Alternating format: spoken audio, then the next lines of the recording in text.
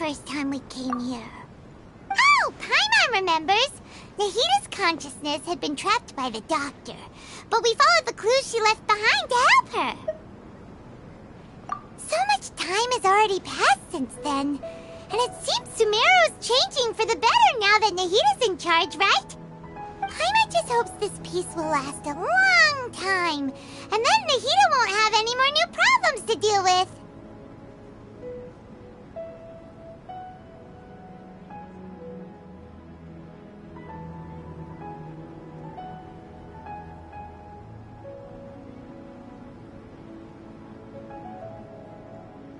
Yeah, guess you're right.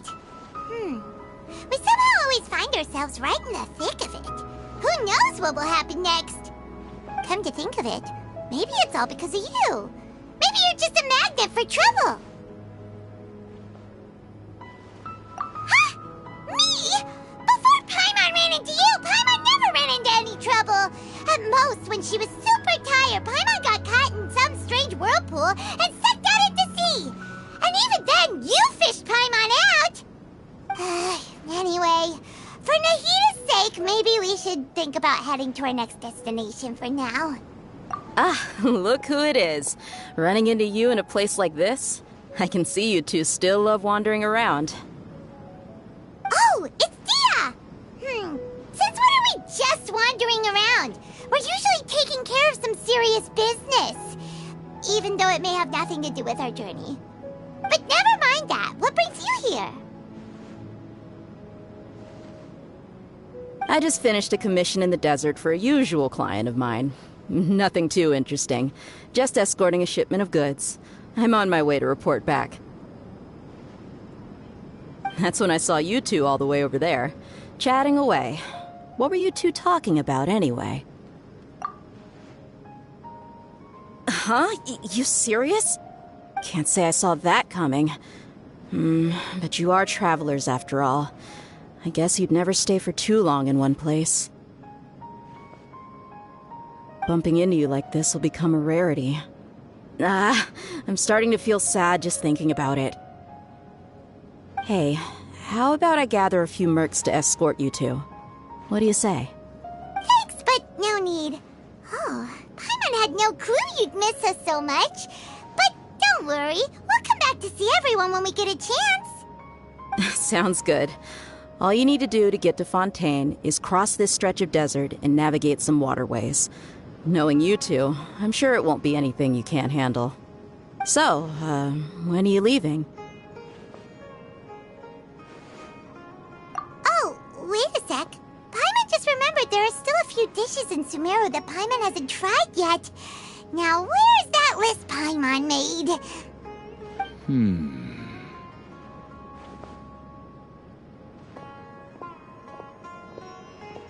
I see.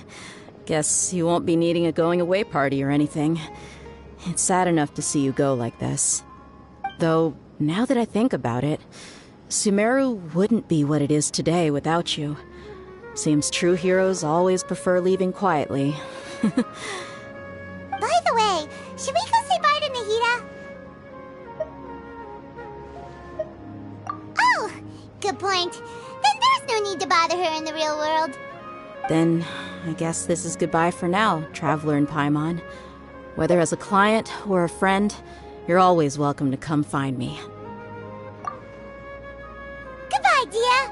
Bye-bye, Sumeru.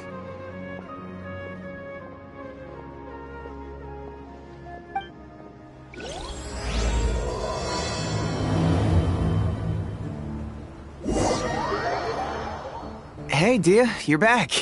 Are these two friends of yours?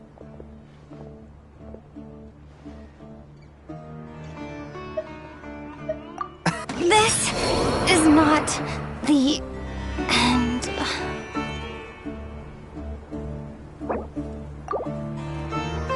Wheel of Life.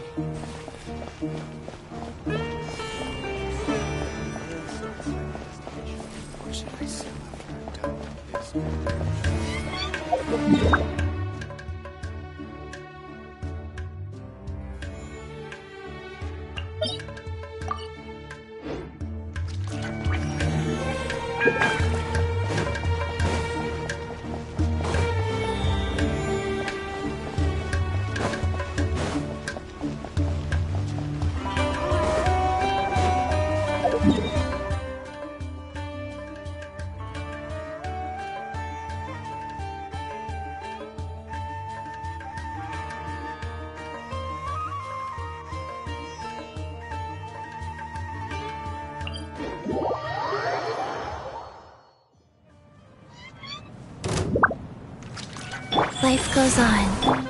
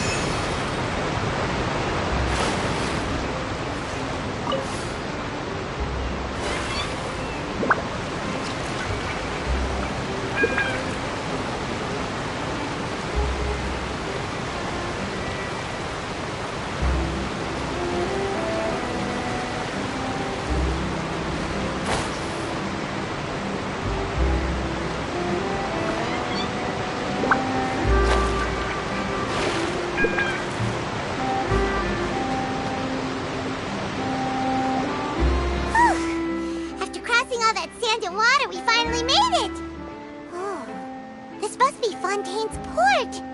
Wow. Everything looks so advanced in Fontaine. Paimon's heard that the industry here isn't just seeing the sights as a tourist is nice, but maybe it would be better if we found something to do.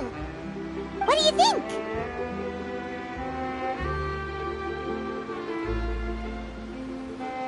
Good idea! Nahida gave us loads of useful information. Seeking out the Seven is probably still our best source for information at this point. Yeah! The more we can learn, the better. So, what do you think the Hydro Archon's like? Will we get along? Nahida said that she has a very unique personality, whatever that means. To learn about a nation's god, start with the nation's people. There seems to be some locals talking over there. Let's go see if we can join the party.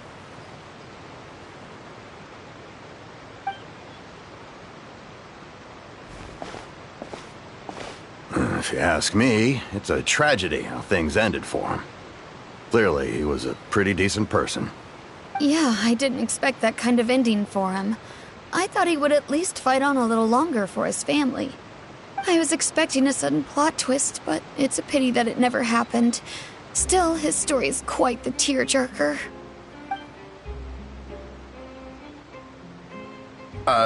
Excuse me. Can I help you two? I couldn't help but notice you standing here listening. Hi. We're travelers new to Fontaine, and we had something we wanted to ask, but you seem to be really busy talking about some kind of play, so we didn't want to interrupt. Play? Oh, no. We're talking about something that really happened. In fact, it's a case that was just heard a few days ago. Really? Like, a real trial? But the way you were talking about it and the words you used just now made it sound like some kind of story. Well, good tales are often based on true stories, aren't they? And what you see in reality may also be someone deliberately putting on an act while harboring ulterior motives. Whether something is true or not simply isn't that important. The main thing is whether the story being acted out on the stage is splendid enough. Oh, but it looks like you're not from around here. You probably don't know that the Fontaine Court of Justice is called the Opera Epiclese, or more commonly known as just the Opera House. But, shouldn't court cases be treated a little more seriously than that? Not to question Fontaine's way of doing things. It's just that putting someone on trial is usually a very serious thing. No worries. Other visitors to Fontaine have wondered the same thing. You could say that we just don't want to waste the moving stories behind those cases. And as for your worries about whether the cases are treated with due reverence, we have the absolutely just and honorable Chief Justice Neuvillette, as well as the Oratrice Mécanique d'Analyse Cardinal, a machine created by the Archon. Between the machine and the Chief Justice, false charges and injustice are a thing of the past now. The Oratrice? Is it some kind of machine, too? Oh, Paimon's curious. We should check it out if we get the chance. Wait, Paimon almost forgot to ask you our question. Do you know what we should do if we want to meet the Hydro Archon? Oh, that's easy. Just go to the Opera House. Lady Farina practically lives there. You could definitely say it's her biggest passion. I think what they mean is that they wish to speak with the Archon personally. In that case, I'm afraid it's going to be a tad more difficult. You'll have to make an appointment well in advance, and it'll depend on whether or not she has any time slots available. Huh. Is the Hydro Archon super busy taking care of official stuff? Wait, didn't you say that she's always at the Opera House? No. Lady Farina seldom takes an interest with the nation's affairs. The reason it's difficult to make an appointment is simply because she's incredibly popular. That's right. After all, she is the Archon. Though she may tend to get a little dramatic from time to time, people can't get enough of her. Huh. First time Paimon's ever heard of an Archon being described that way before. Wait! Paimon gets now! The Hydro Archon is kinda like a big celebrity here, right? Yeah, I suppose you could say that. Perhaps you could even say our mascot. Hang on. This is still Fontaine's Archon you're talking about. You should show some more respect. Yes, you're right. I guess I should at least try to be a little more respectful in front of visitors. Otherwise, I might get arrested and find myself face to face with Monsieur Neuvillette. Come on. Sure, there's a lot of laws here, but nobody's going to be arrested for saying something disrespectful about the Hydro Archon. Alright, I think we get it. Thank you! At least we now know that we can find the Hydro Archon at the Opera House. But who knows how long making an appointment will take? Guess we could have a look around the city in the meantime. Hey!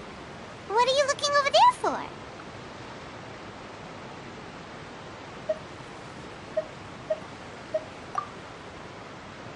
Huh. Maybe something's the matter. She isn't going to jump into the water, is she? Maybe we better go check on her.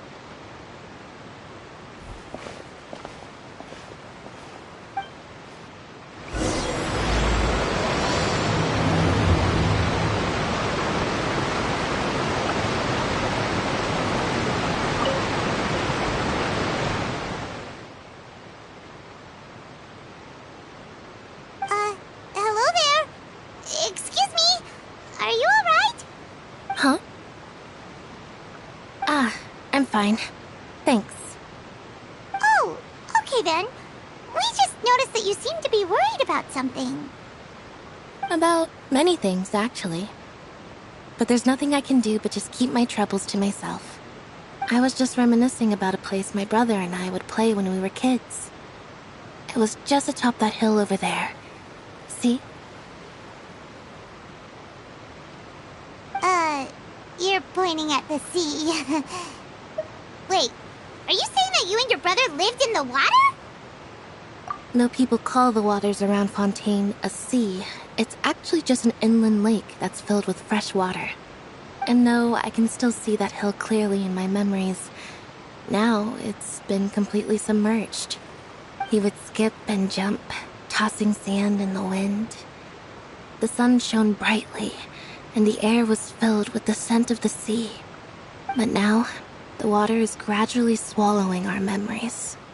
It won't be long before it swallows us.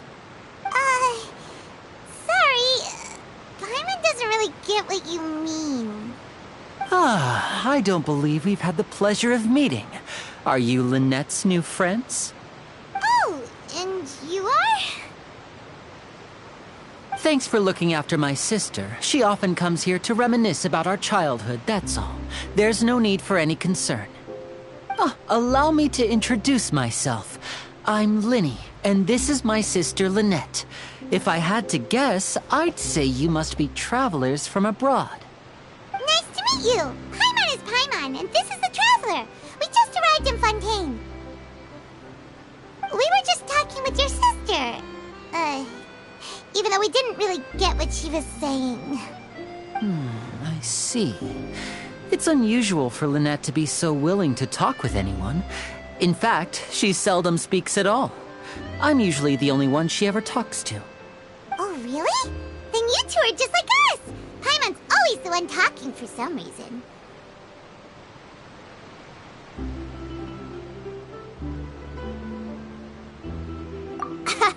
So that's how you think it is? I also think my brother can be too talkative at times. Seems you were right, Paimon. We are quite similar. So, what did Lynette mean just now when she said that the water is engulfing your memories, and that it won't be long before it engulfs you too? Oh, that. It's from a prophecy that's been circulating in Fontaine for some time now. Well, I suppose prophecy isn't exactly the right word, because that implies a certain amount of uncertainty. There's no doubt about what's happening in Fontaine now. Where to begin?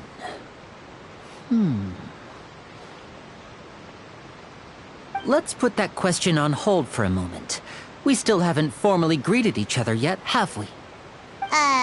Did all the introductions earlier not count? Hello, traveler.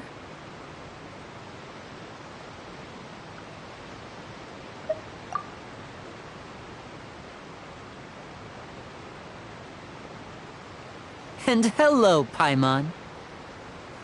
Hey! Why didn't Paimon get a handshake?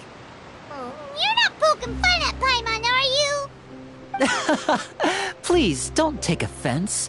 Just consider it a sort of etiquette we have here in Fontaine when making new friends. You should remember it. It might prove useful. Oh, all right then. Well, Paimon's just happy to have a local friend now. By the way, we were just getting ready to go to the Opera House to meet the Hydro Archon. Would you be able to show us the way? So you're going to see Lady Farina? No problem at all. In fact, I was planning to go to the Opera House later myself. I'll gladly take you once I finish things here. Please, follow me.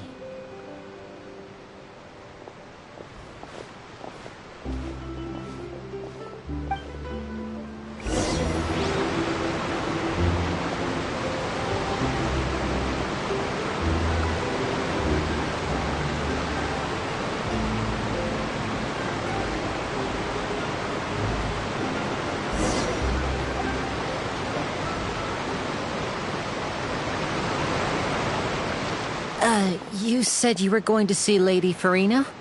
Well, it seems Lady Farina has come to see you.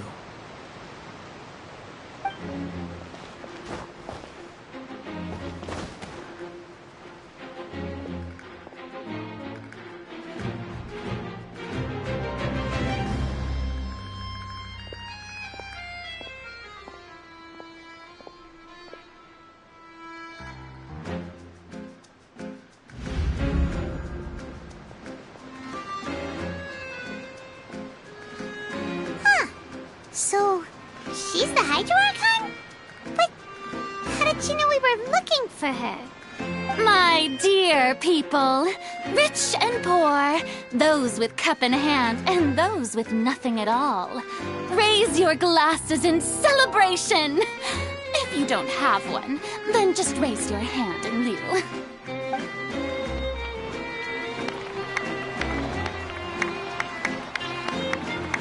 As you can all see, two unfamiliar travelers have arrived in our nation. Come, let us make a toast in honor of this traveler and her companion who have journeyed here from distant lands.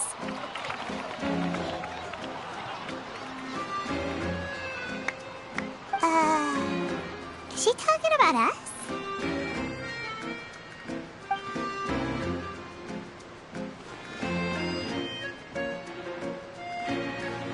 I've long heard of the turmoil and chaos you've left in your wake as you visited other nations.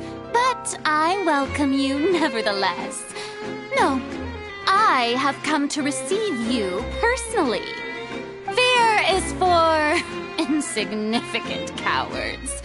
I am a god, and I will never entertain the notion of such meaningless wariness. You can be rest assured. I see clearly your sincerity. Of course, seeking an audience with me is the most sensible thing to do. It will allow you to truly behold my power and witness my authority. Intelligent people always gather under the correct banner. I, Focalor, hereby welcome you to the nation of Hydro and acknowledge the value and significance of your trip. Now, you may rejoice in this.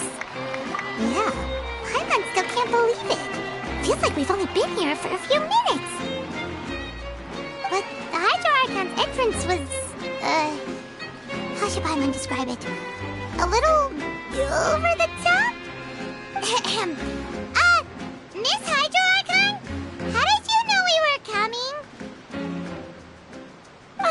I see. As Outlanders, you inevitably lack even some of the most basic understanding.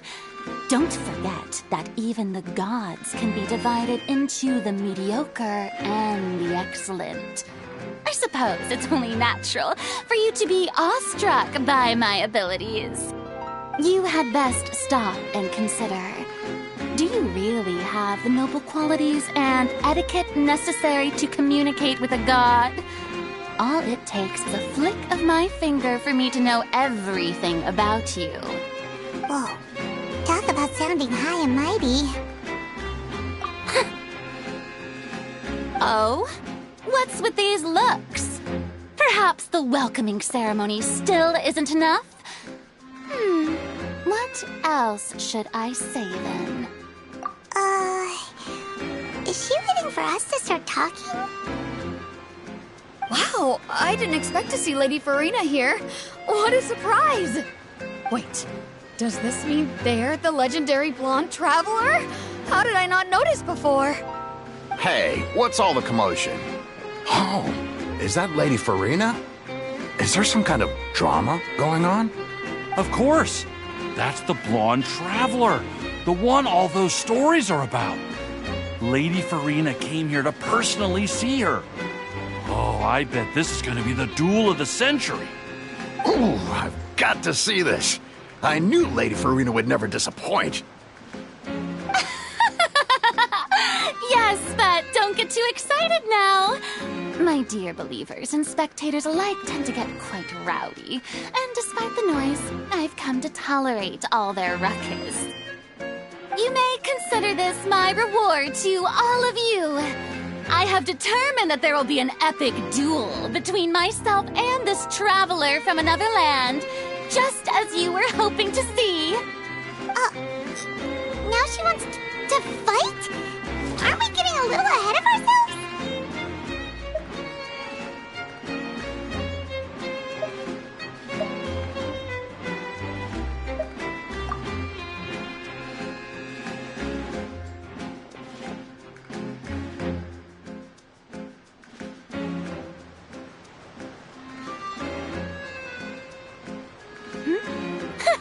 Are you not afraid? Might I remind you that this is a duel against the divine? What are you trying to do, Traveler? Provoking a god in front of her people? Stand down, Clorend. I admire her bravery. Few have the courage to draw their sword against a god. She is obviously a true warrior. Unfortunately, people nowadays only crave to be thrilled, and a mere duel will not slake their thirst for excitement. Huh. Yeah, she's right. Just a duel wouldn't be all that interesting. On Araneus, criminals are always requesting duels to defend their honor. They're getting a bit old, to tell the truth. You see. Then, as the god of justice, I shall face this traveler in another kind of duel. A duel in court! Oh, all right! Now that'll be worth seeing! Right. This is Fontaine, after all. Such a grand opera house, it would be a pity not to use it. Why do you care so much about the crowd's reactions? Seems you've spent a little too much time in the opera house. Besides, how exactly do you plan to have a duel in court? You mean you're going to put us on trial? Oh, we have reason to put you on trial. It's obvious, isn't it? According to Fontaine law, no one is permitted to release any flying objects within Fontaine city limits during the first 3 days of each month. You are clearly guilty of violating this law, no? Oh, so that's what they've done wrong. That's our Lady Farina. No one knows the laws of Fontaine like she does. You call that obvious? What kind of law is that? Wait, flying object? You mean Paimon? Precisely! Now, if you two have no objections, then in the name of the Hydro Archon, I order your arrest. My apologies, Lady Farina. I don't mean to spoil the fun. But if you would allow me to interject, I don't think that Paimon here meets the definition of a flying object. You tell her, Linny! Finally someone who's not crazy.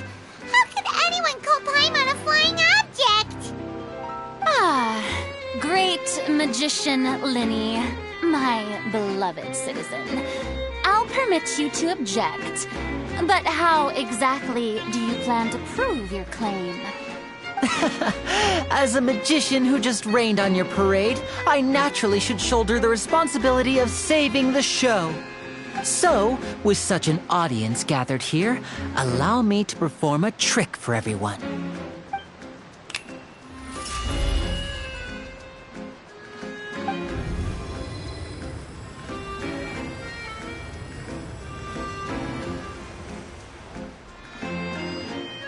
Ta-da! What's that on Paimon's back? Hey, when did you do that?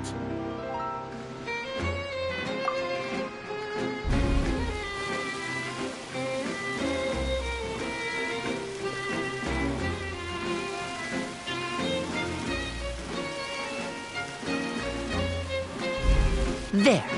As you can all clearly see, Paimon should be classified as, well, something like a balloon. This rope has been in the Traveler's hand all along. It was just that no one could see it before. Huh? You call that magic? You've got to be joking. I thought it was pretty good. Nice one. Huh. I'm not sure what to think. It seems Lady Farina's charges no longer hold water.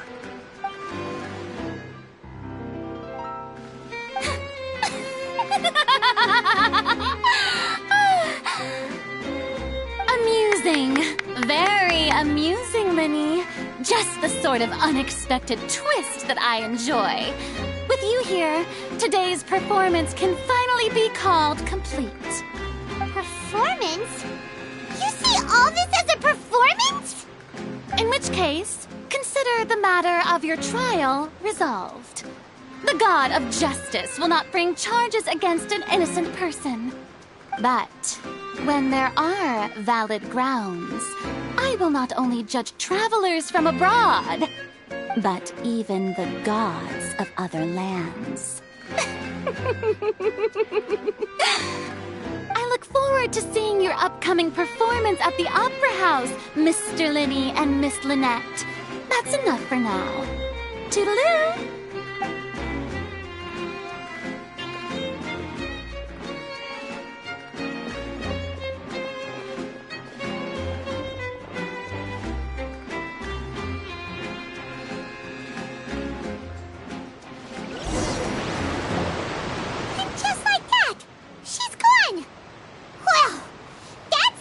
Unpredictable Archon Paimon's ever seen. He never even had a chance to ask her anything. But that's a problem for future Paimon. That whole scene just now was really... Don't mention it. I just happened to remember that there was such a law, so I did a little preparation, just in case. I didn't think it would actually come in handy. So, now do you see what kind of god Lady Farina is? She can be a bit confusing at times, but she is still amenable to reason. Anyway, Paimon had no idea you were a magician, Linny. It sounded like you'll be performing at the Opera House, right? I just know a few simple tricks I use to make a living. Lynette is my assistant. It will actually be my first time performing on the most prestigious stage in Fontaine, the Opera House. But isn't the Opera House where criminal trials are held in Fontaine? When there are no public trials being held, the Opera House hosts a variety of other performances. To the people of Fontaine, the line between a trial and a performance can be a little blurred. And speaking of performances, I would be remiss to forego this opportunity gifted by fate. Might I invite the two of you to see my performance? My brother's always excited to make new friends. Oh, sure. We don't really have anything to do now, and we want to... Splendid. In that case, why don't we go together? I'll show you the way. I just have something to take care of first. You really mean it? Then I'll take you up on your offer. This is a magical item known as a magic pocket. Perhaps you can help me distribute them to the people here. Huh? What are they going to use it for? About that... You asked me before about the prophecy, right? Let me start by telling you a little more about what it entails. I'm not sure exactly when it began, but a prophecy has been circulating around Fontaine. It says that every person in Fontaine is born with sin. No matter how the nation of justice holds trial after trial, this sin cannot be absolved. Until one day, the water levels in Fontaine will rise, and the sinful people will slowly be drowned. In the end, the people will all be dissolved into the waters, and only the Hydro Archon will remain, weeping on her throne. Only then will the sins of the people of Fontaine be washed away. That sounds pretty gloomy. Why are people in Fontaine born with sin? What is that supposed to mean? There are lots of guesses. Some say that the ancestors of Fontaine stole the power of the seas and stirred its wrath. Others say that the people of Fontaine never heeded the first Hydro Archon's warnings and offended Celestia. But here in Fontaine, evidence is what matters. There hasn't been concrete evidence for any of these claims, so they can only be regarded as conjecture. If even the people in Fontaine don't know what sin they committed, wouldn't it be better just to ignore the prophecy completely? Why bother feeling guilty all the time? That's exactly what the people did at first. But in the last few years, the water levels in Fontaine have actually started rising. Many places have already been completely submerged, and now lie beneath the sea. Many people carry on with their lives as before and shrug it off as a natural phenomenon. But my family and I think that the people of Fontaine shouldn't ignore the possibility, which would end up sentencing them to death.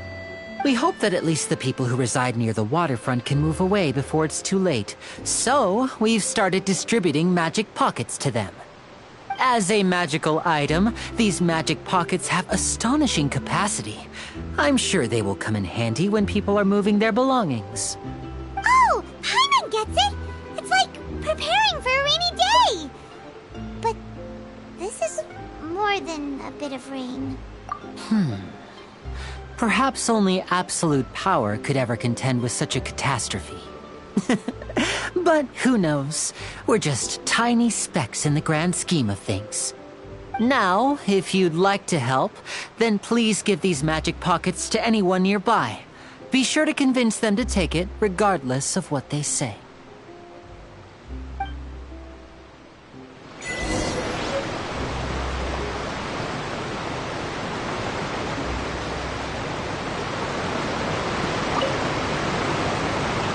So you're the blonde traveler that everyone's been talking about. My apologies for not recognizing you earlier. Oh, a magic pocket? Seems you really thought of everything. I guess it's better to prepare for the worst and hope for the best. Thanks. Please, also thank the magician on my behalf when you get the chance.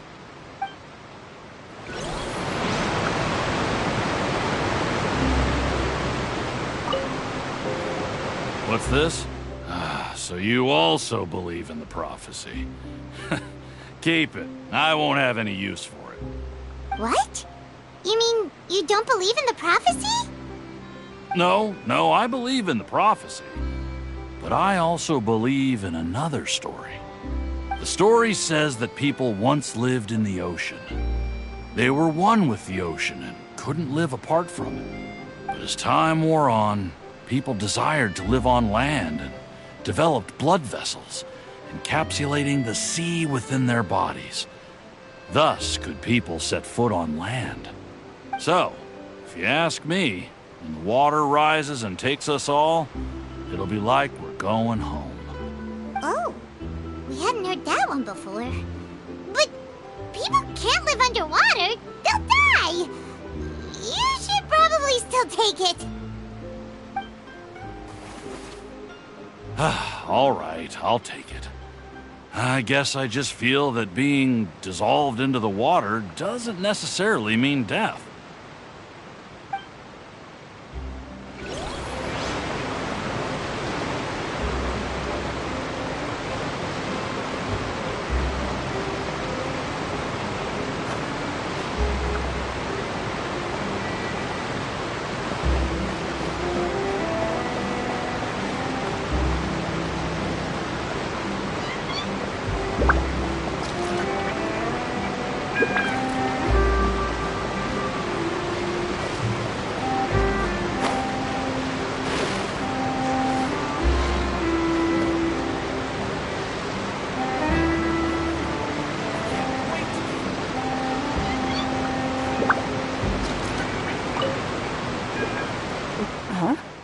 I don't want that thing. Way I see it, if the prophecy's true, it's still gonna be a long time before the water can cover everything. Life is all about living in the moment. What use is there in worrying about the future all the time? We'll cross that bridge when we get to it. You should still take it. You never know when it'll come in handy. Oh, all right, fine. Thanks. It's just that if I start moving, that means I've already given up on the life I have now. I'd really rather not.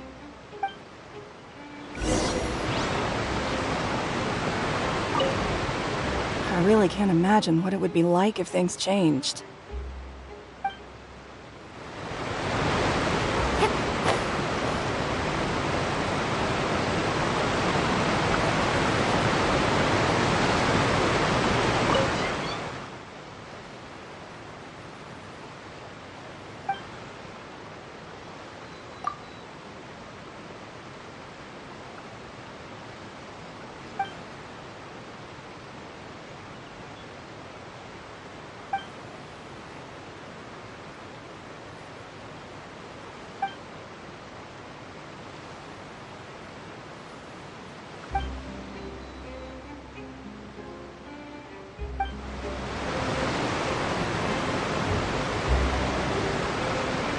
Oh? You already handed out all of the magic pockets? That was fast. So, what did people have to say? I bet you heard some, interesting opinions. Yes, but that will change once disaster strikes. I know they'll change their minds, so it's only right to help them prepare. Is there anything else you need to do before we leave? Yes, one last thing. I have the magic pockets made by a workshop in the court of Fontaine. Since we're out and about, I was thinking about bringing him some more materials. So, you want to collect materials? Just tell us what the materials look like and we'll help. Many hands make light work. Oh, that would be much appreciated. We'll need some romaritime flowers. I remember seeing them near the waterfront on the east side of the harbor.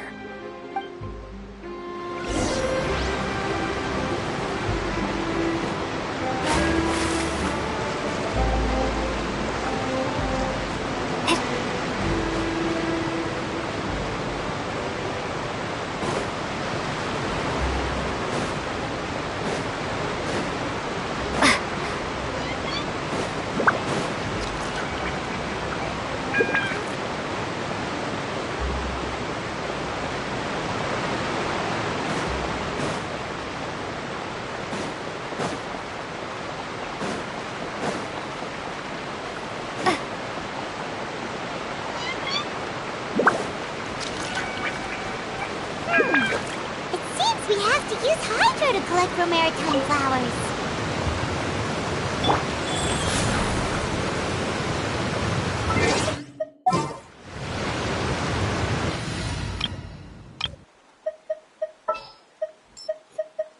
We can do this!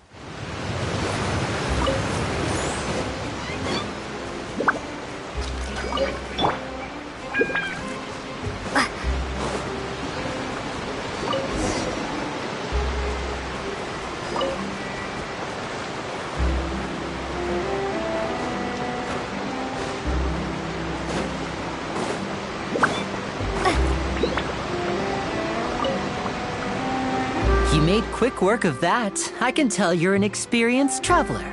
I've also finished collecting a few here. Maybe next time you'll feel like helping too, Lynette. No way.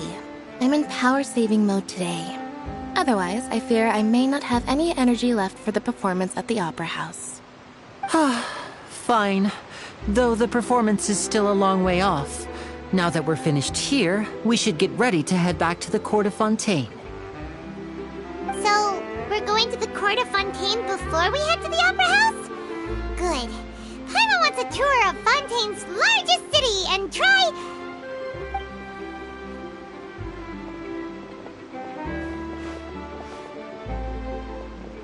Wait, shh. Have you noticed that person over there? The young girl. Huh? What's wrong with her? Paimon didn't notice anything. She's obviously a thief. Magicians and thieves practice similar methods. We divert attention, and a distracted audience is one that won't discover what you're really doing. Watch her movements carefully.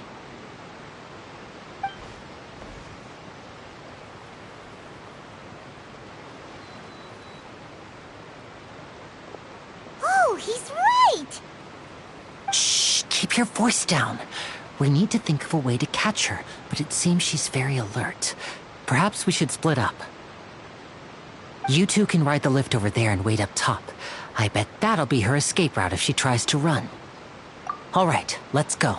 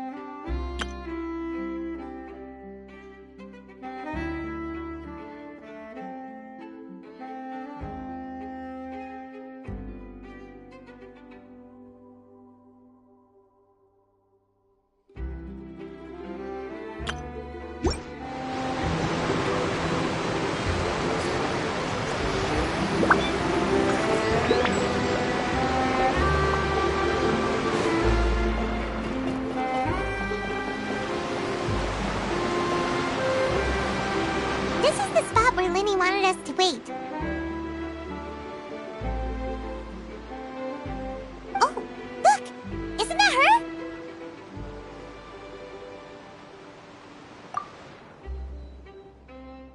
Oh no! Did she notice us? She started running the other direction!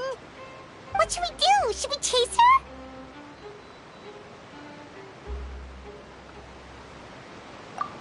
You're right. She might also be trying to lure us away.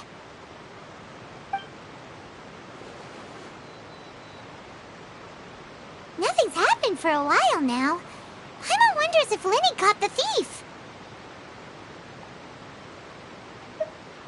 Yeah, let's...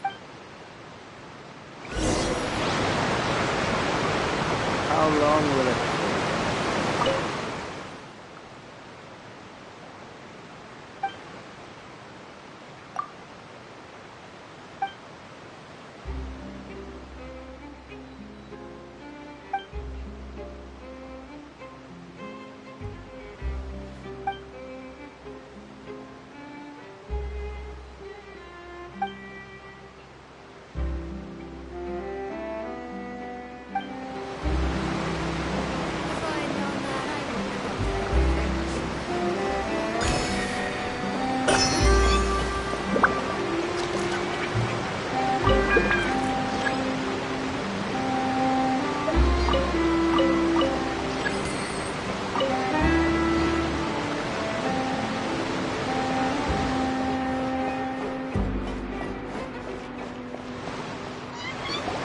Are you sure that's all she took?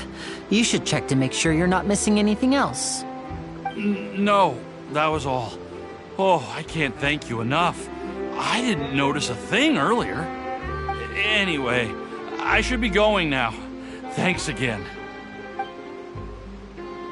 Oh, were you returning what the thief had stolen?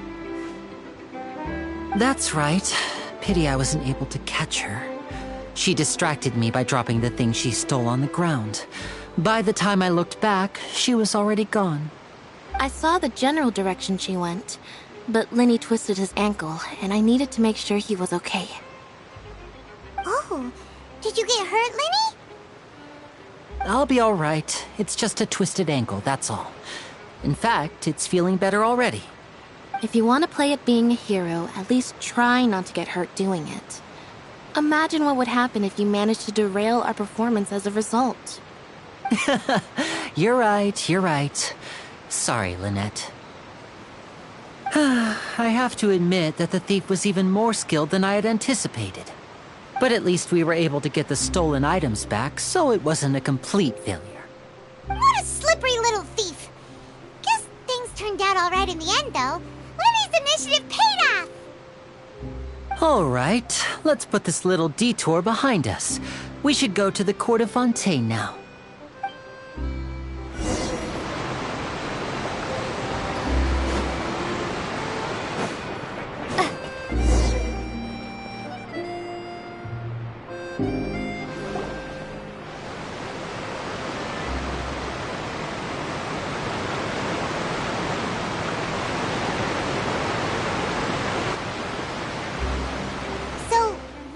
This thing to go into the city? What an ingenious way to get around! People in Fontaine really know how to use water! This is an aqua bus. It allows people to travel between several key locations around Fontaine. It's pretty convenient, but the ride can become a little dull after a while. The scenery is always the same. That's why it's better to travel with friends. So you mean it's still boring even when I'm riding with you? No, that's not what I meant. It's just that, well, you don't really talk that much. Besides, it doesn't really feel like a real trip when it's just the two of us. It's the same as being at home. Whatever. Guess that's what it's like to be an older brother. It's about time for us to leave. Let's get on board.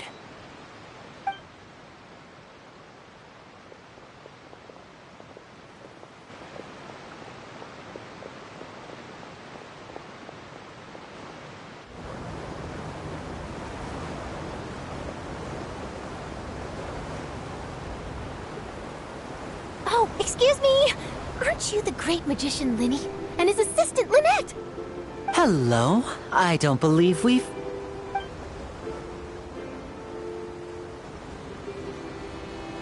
I'm Charlotte, a reporter for the Steambird. Nice to meet you. From the Steambird, huh? We've often relied on your paper to promote our performances. It's an honor to meet you. Wait, could that be the legendary traveler who's been making headline after headline in their journey across Tibet?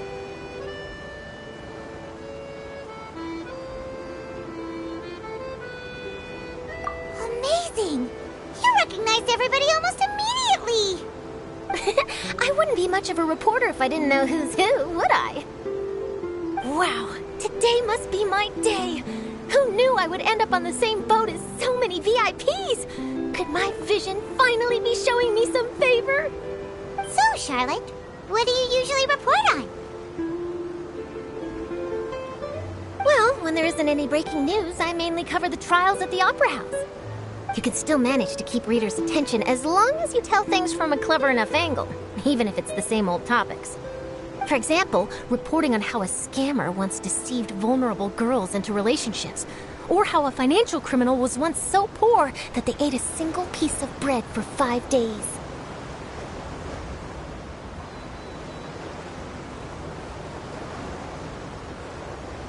That's fine and all, but what I'm really after is exclusive, sensational news pieces that could shake the country. These smaller stories are a waste of my talents. Oh, I just remembered. I've been following a case lately. Well, a series of cases, actually. You mean the serial disappearances of young women case? That's right!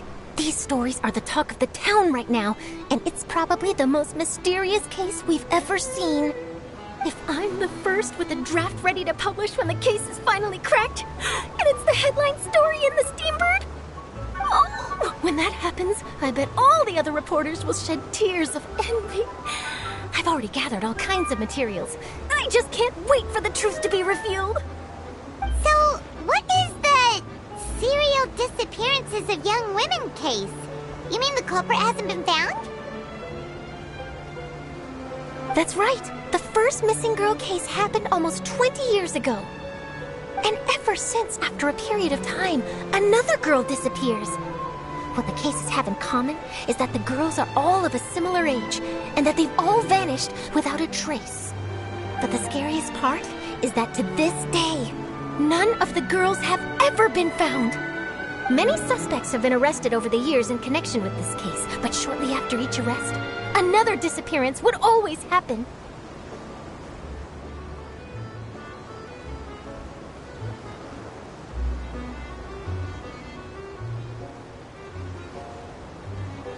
Yes, it's possible.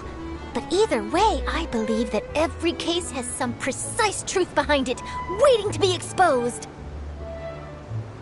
Yes, I agree.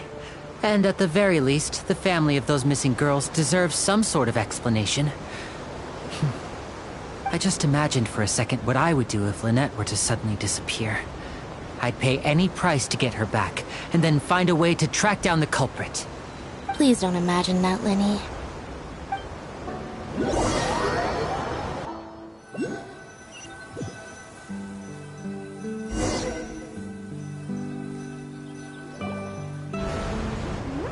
Hey, we're almost there! Look!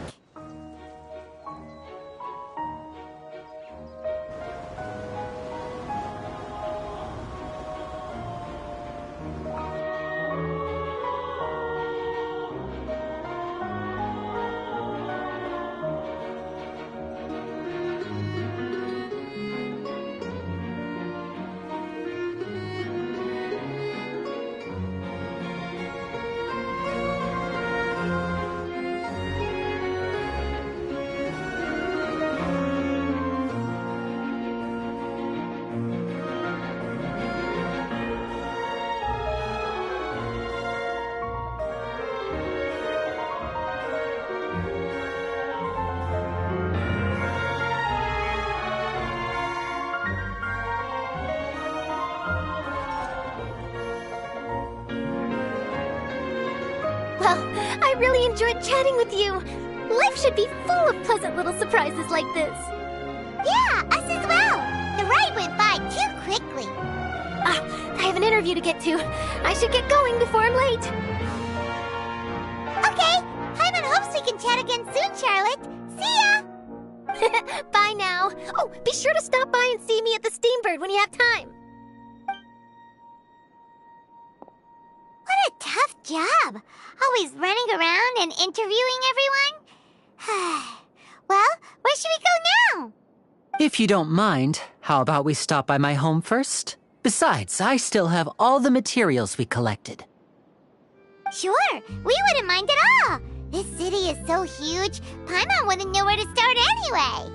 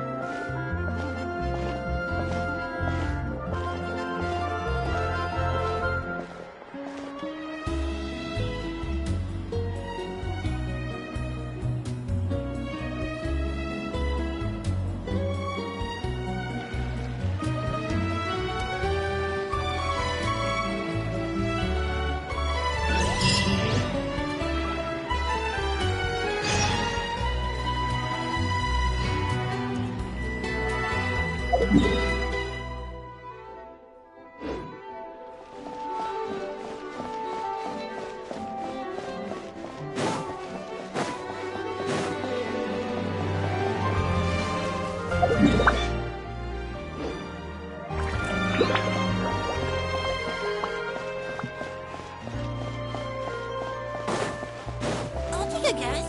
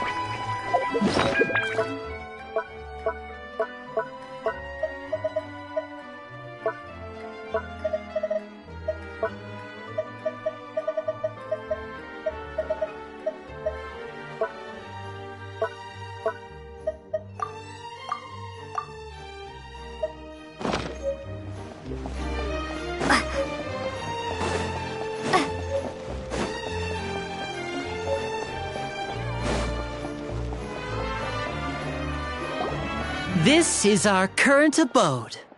Ah, Fremine, you're home. Where did everyone else go? I have some new friends that I would like to introduce. Oh, they all just went out a moment ago. I see. Everyone is getting busier now that Father will be returning soon. I suppose that can't be helped. Allow me to introduce you to my little brother, Fremine. He is a phenomenal diver. Hello. Nice to meet you! Paimon is Paimon, and this is the Traveler! Oh, you sound very proud to have a diver as a brother, Linny. Linny, could you come here for a moment? What is it, Fremine? Do you have something to tell me?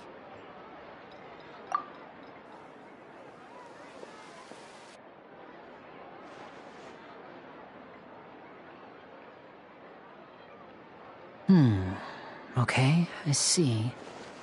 Is everything all right? Oh, it's nothing.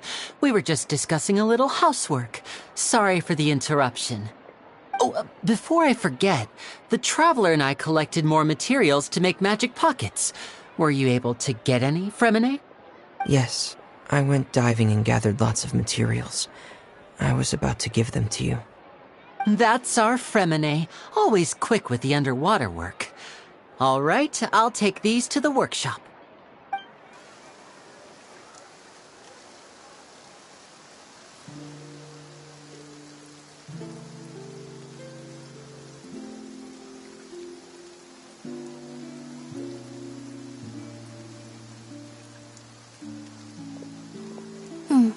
Looks like rain. Oh, you're right. But wasn't it clear and sunny just a moment ago? Fontaine's weather sure is weird. I'm afraid that's just how it is here. It often rains on days where there are trials being held in the Opera House, but don't worry, it'll clear up soon enough.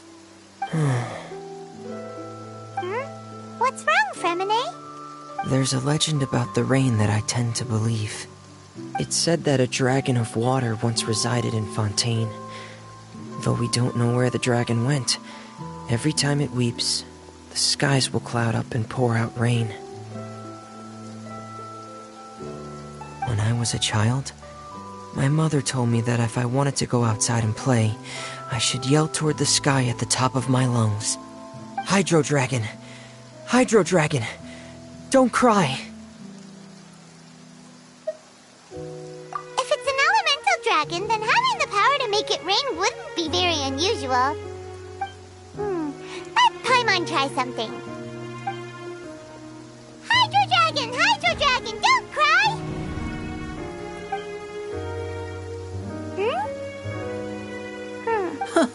Doesn't seem to be of any use. It is just a legend after all. You know, you might be a more popular magician if you understood the concept of romanticism. Or could at least play along. Sorry. It might be because we've never met the Hydro Dragon. Perhaps it can't be comforted by the words of strangers.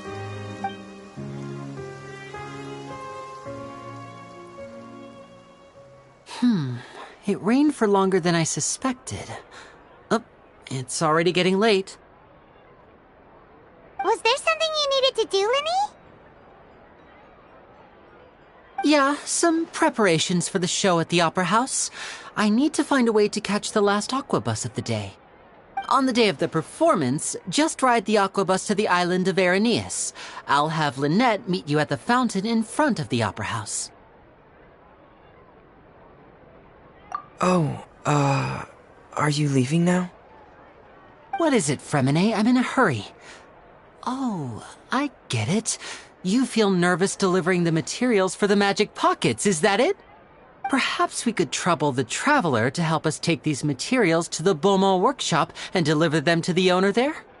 I'm afraid that Fremine can be quite introverted, and the boss there tends to be pretty talkative. Fremine has always been a little afraid of her. No trouble at all! Don't worry, we're on the case! Sorry for the inconvenience. I'm quite useless when it comes to such tasks. I'll think of a way to make it up to you. Oh, no need!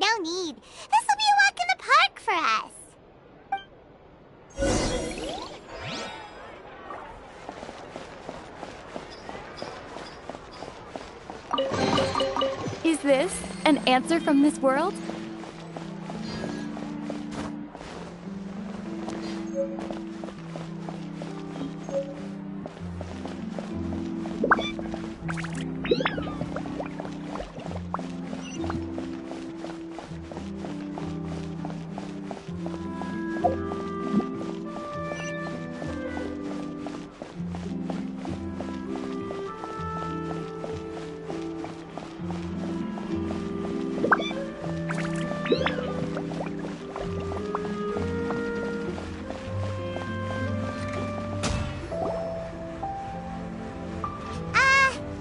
Hello? Is there anyone here? Oh, hello there. New customers? Looking to buy, or do you need something made? Or perhaps you're just looking for a chat with me. Oh no, we're just here to deliver some materials. Here they are. They're for making... what were they called again? Ah, these must be for magic pockets. I could tell right away. I've already made several orders worth now. No need. They've already prepaid several batches worth. When they told me what they'd be using them for, I even offered them a discount. But they insisted on paying the full amount, saying that I had a business to run. It seems both their hearts and their pockets are made of gold. Whoa. So, is Linny actually loaded? I can't say for sure, but who knows? Maybe there's good money to be made being a magician in Fontaine. Hey! Is this machine what you use to make stuff here? It looks really advanced. Why use your hands when a machine can do the work? It would be a waste not to use the latest technology, and wasting is a kind of crime. But where does a big machine like that get its power from? Well, it's a little complicated. I'm not sure I can put it in layman's terms for you. But basically, everything we usually use here in the city is powered by indemnitium. It's a type of energy that's produced from trials. Huh? How can trials produce energy? Well, I'm not completely sure of all the details myself, but basically, when a trial is in session, the Oratrice Mécanique d'Analyse Cardinale harvests people's belief in justice and converts it into energy to be used all around Fontaine. So that's what its other function is? Paimon heard that the Oratrice was created by the Archon to make judgments. But Paimon still doesn't get it. How could something unreliable like people's beliefs be turned into a stable power source for these machines? Oh, yeah! So that means the Hydro Archon relies on the machine to take the energy created by belief and turn it into power for all of Fontaine, right? Even though I've never heard anyone really put it that way before, it sounds like it makes sense. Besides indemnitium, we have another type of energy called pneumosia. It isn't produced by the power of the Archon, but it is unstable by nature. Even now, it still cannot be widely used by civilians. I thought I'd find you hard at work, but here you are chatting the day away. Since you're already talking, I'm sure you wouldn't mind a few words with me. You again? Didn't I already promise you that I'd have the more I owe to Confrérie of Cabriere by next month? Why are you hounding me now? Yeah, but how do we know that you won't go running off by the end of this month? I want 50% today. Wait, no, 70%. Huh? You... Seems business isn't so great for the workshop. We've already finished our job and delivered the materials. Maybe... Hey, hold on! Before you go around trying to collect payments, why don't you settle your own debts first? If Confrérie of Cabriere wants to poach clients from Northland Bank, that's fine. But I'm afraid you still owe the bank a hefty sum of mora. So why don't we work things out between us first, before you get back to your little conversation here? You're from Northland Bank. But we said we'll pay everything we owe next month. Why are you hounding me now? Traveler, Paimon! I didn't think I'd run into you here in Fontaine. What are the chances? We're surprised to see you too! What are you doing here in Fontaine? You didn't want to stay in Snezhnaya? Long story short, I've already been in Fontaine for some time now. And honestly, things have been pretty boring. But it seems that fate brought our paths together today. Not only will I have some good friends here now, but ones who always seem to find trouble. Either way you look at it, it seems things are going to get a lot more interesting now. Pretty sure we'd want to avoid anything that you'd find interesting. Besides, our trip here has gone pretty well so far. Right, Traveler? Hey, you, Northland Bank boy. Aren't you forgetting something? Don't interrupt. It's not often I run into the Traveler like this. Why don't you wait for me over there for a while? You kidding? Aren't you the one looking for us? You really expect us to sit and twiddle our thumbs while you catch up with your friends? Listen to me, boy. If you want your Mora, fine. Why don't you come and take it? Hey, I just said not to interrupt. Oh, by the way, Traveler, the last time I took Tonya and Tusser ice fishing, Tusser said... Hey! That's way over the line! All right, boys, let's see who has to pay up now! Can you at least let me finish one sentence? Fine. Though the bank told me not to get rough with our clients. You're the ones who started it. This is an act of self-defense. You two will have to be my witnesses, okay? I'm sure this won't take long.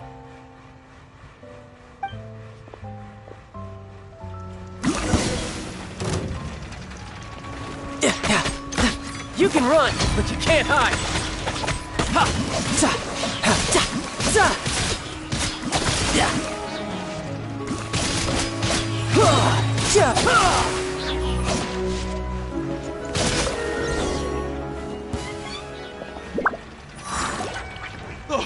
What's your deal, Brad?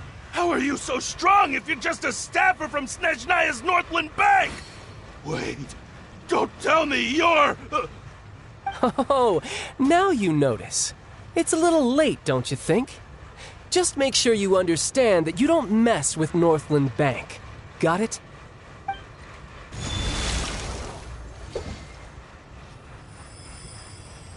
Huh? Now's my chance!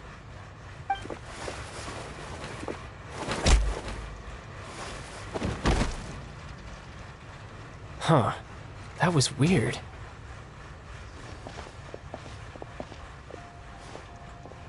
I'm not sure. It's as if I suddenly lost control of my hydro powers when I needed them. Maybe there's something wrong with my vision? Strange. How could that happen? First time Paimon's ever heard of someone losing control of their vision. Never mind. It doesn't matter. If I want to stay sharp, I shouldn't be relying too much on my vision anyway. Besides, I always have my delusion in case I need it. So what are you doing in Fontaine, child? I don't see its work for Northland Bank. Well, I guess it's because I've been in a bad mood lately. Huh? What kind of reason is that? Wait, since when do you feel down about anything? I don't know. Maybe I still have a lot to learn about myself. But recently, there seems to be some sort of restless power stirring inside of me. And I don't know why, but every now and then I feel like I'm in a terrible mood. Maybe you losing control of your vision just now is connected with that power you're feeling inside. That is a possibility. I can't remember if I ever mentioned it before, but when I was 14, I fell into some unknown abyss. It was during that time I learned nearly all of my abilities. The one who took me under her wing and taught me was named Skirk. She was always quiet and very mysterious. Nobody knew where she came from or what she had been through, and she was always very strict when teaching me combat techniques. One time, I asked her why she was willing to take me on as an apprentice. From what I could make of her answer, it was because I had awakened it, and traces of it remained on me. She said that all my combat training would be useful in the future. But what is it? What did you awaken? She never explained that, but my guess is that it's related to a dream I saw when I had just fallen into that abyss. In my dream, I was in the deepest depths of the sea, and the boundless seabed was all around me. But in front of me appeared a whale that was so massive, I felt like I couldn't breathe. A whale? Oh, that sounds familiar! When we fought against you before, you summoned a huge whale that seemed to leap at us. Is that the one? That's just an abstract form of a whale that I create using my elemental powers. It takes that shape because the scene I dreamt of the whale has always been stuck in my mind. I'll never forget it. So you used the whale as inspiration for one of your moves? Huh. Seems a little twisted to Paimon. So why don't you just go ask your master? Maybe she knows the answer. You make it sound so easy. Ever since the incident I experienced there, I've never stopped searching for Master Skirk and that unknown abyss. But it's been years now, and I've still found nothing. There isn't even a trace of the place where I remember falling into the abyss. Oh, it sounds like some kind of ghost story. Yeah, I'm out of leads at this point, but there's nothing more I can do. It seems that strange encounters in this world tend to be elusive like that. Oh, seems the time really flies when I'm talking with you. I just remembered I have somewhere else I need to be, so I should get going. What? More work for the Northland Bank? No, it's more of a personal appointment. Lately, I've been sparring with some of Fontaine's official champion duelists whenever I'm feeling bored. Official champion duelists? You mean it's their job to duel?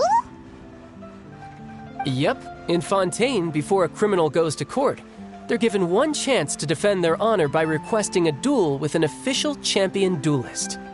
The champion duelists are all-powerful fighters selected from among the nation's best. And the duel itself is a no-holds-barred fight with no specified stopping point. So engaging in such a duel is regarded as a symbol of defending your honor. If a criminal manages to win the duel, they'll be acquitted. But if they lose, they'll have no choice but to stand trial. And the worst-case scenario is that you're simply killed in the duel. Though it's rumored that Fontaine has a death penalty, from what I can tell, no one has ever been officially sentenced to death. So really, the only people who opt to duel are those who have suffered a grave injustice in being accused, or those who greatly value their honor.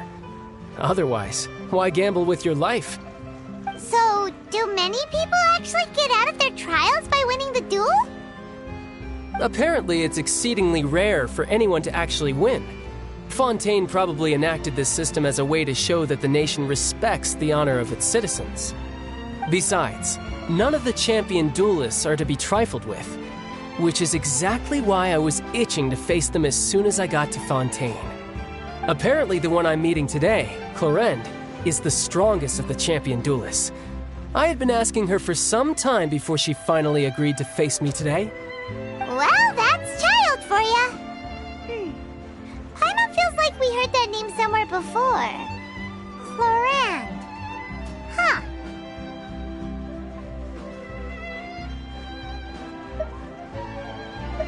Oh, before I forget, I want you to have this. Huh? Your vision? You're seriously just giving it away? I'm just worried that it could become uncontrollable again. I'd be pretty upset if it got in the way of my duel, so I think I'll be better off without it for now.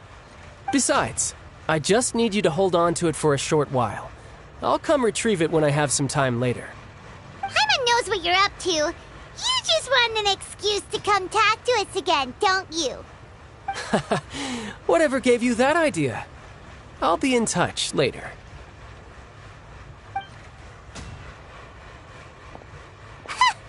That sneaky guy. He said he's been feeling down lately, but he seemed the same as ever to Paimon. Well, since we don't have much to do for now, we might as well walk around and see the city before Lenny's performance.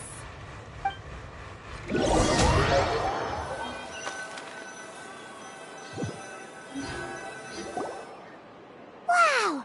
Who could have seen that coming? The reporter who was barely around for most of the story was the murderer all along!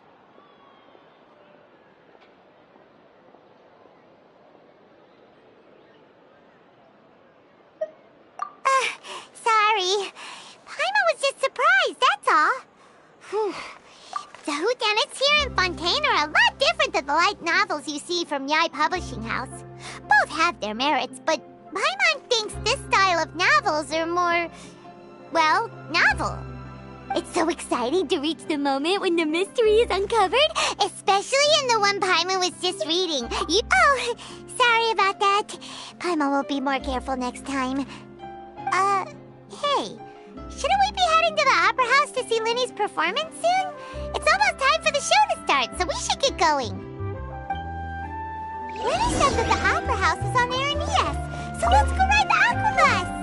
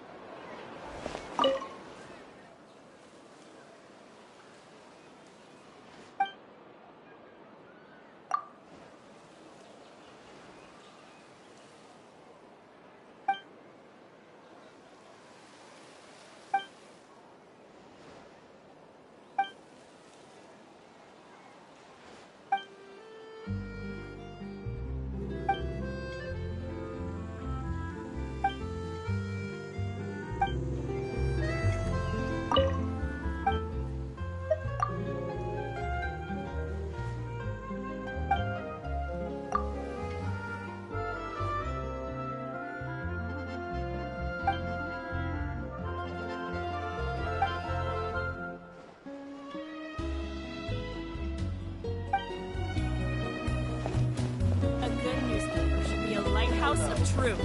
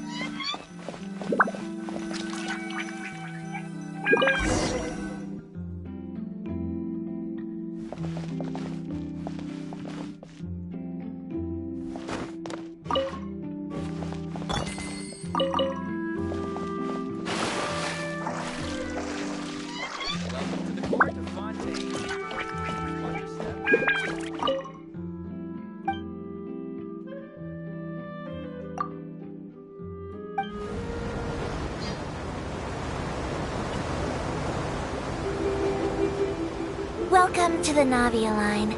I am Elfan. The boat will be departing imminently. Please do not stick your head, hands, or other body parts outside the boat. The Aquabus operator is not responsible for any accidents or injuries resulting from doing so. Also, please remember to buy the Steambird, though I don't read it myself. The destination of the current tour is Arenias. Points of interest worth visiting include the Fountain of Lucine and the Opera Epiclese. If you look to the left in the direction we are currently traveling, you will see the famous Fontaine Research Institute up in the sky. An experiment gone wrong turned new sightseeing opportunity. Human ingenuity truly is a wondrous thing.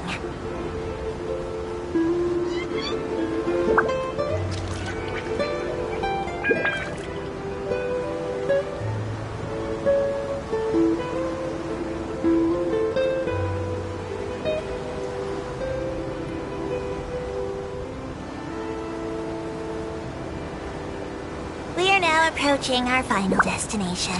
Please be sure to bring all your personal belongings with you as you disembark.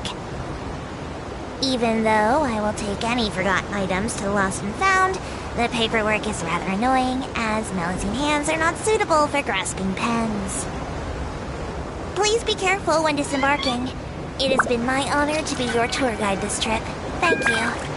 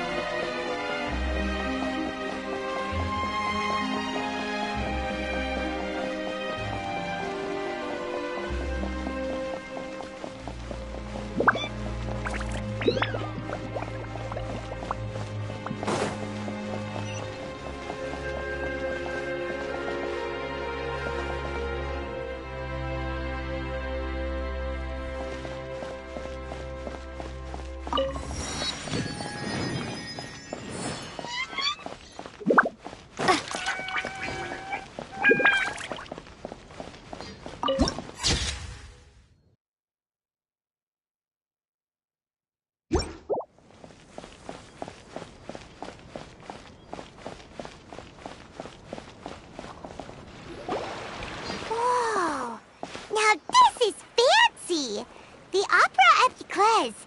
What a place to hold a performance. No wonder Linny and Lynette were looking forward to it. Huh. Looks like there's a lot of people standing around the fountain up ahead.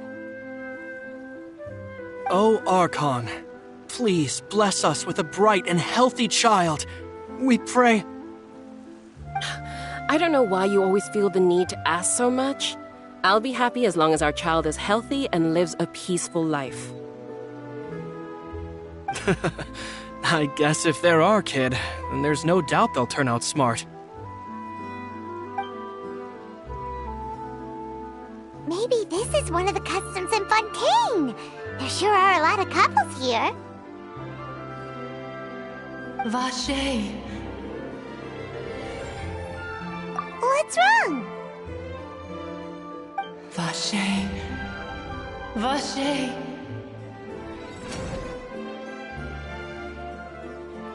No, Paimon didn't say anything. Are you hearing things? Welcome to the Fountain of Lucine. All the water flowing through Fontaine converges here. It's customary for newlyweds to come here and wish for children. Lynette! You scared Paimon! When did you get here? Lenny asked me to wait here for you, remember? Right. What do you mean? There are a lot of people here right now. Hey, you're not trying to scare Paimon, are you? Besides, it's the middle of the day.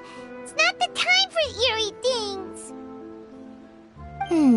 I see.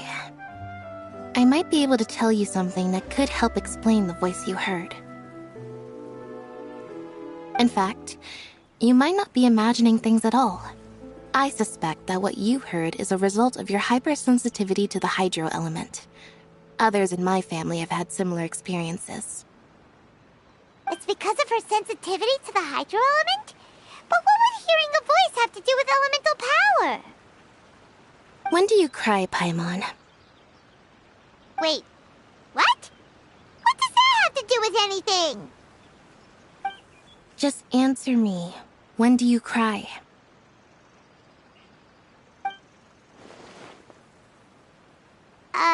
When Paimon's really sad? Oh, and when Paimon's super happy. Oh, and also when Paimon's really, really scared. Then you should understand that tears contain your most intense emotions. Like I just mentioned, the Fountain of Lucine is where all the flowing water in Fontaine converges. Even the tears that fall to the ground will eventually gather here. So maybe what you heard was the intense emotion coming from someone's tears. So, what did the voice say? If you were hearing their emotions, then Paimon wonders what happened to them. Rather than worrying about them, we should worry about my brother first. Don't let that calm look of his fool you. He tends to get pretty nervous just before a performance. So chatting with Lenny might help him relax a little before he goes on stage. Oh, right. That makes sense. Let's go in and see Lenny.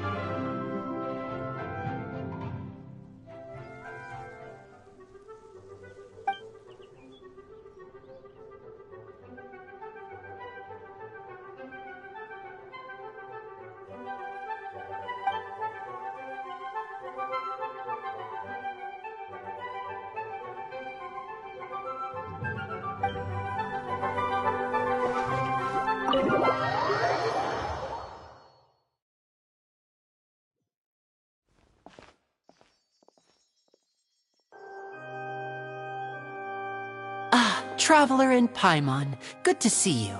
I knew you two would come. Are you kidding? We wouldn't miss it for the world. We've been looking forward to it. I can tell, judging by how early you've arrived. But you're actually right on time. The audience still hasn't started entering the venue yet, which means now is the perfect chance for us to take you to the best seats in the house. Wait just a moment. I'll fetch the tickets.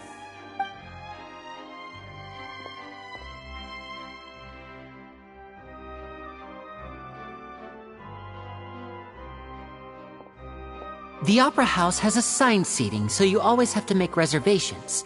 I've already reserved your seats, and here are your tickets. Ooh, front row seats! Thanks, Linny! Don't mention it. There's no need to keep thanking me. Hey, Linny! Could you come over here and take a look at this? Oh, I'll be right there. Seems there's an issue with the stage props over there. That's Cal, my assistant, calling me. Yeah, we'll just go to our seats. You go ahead, Linny.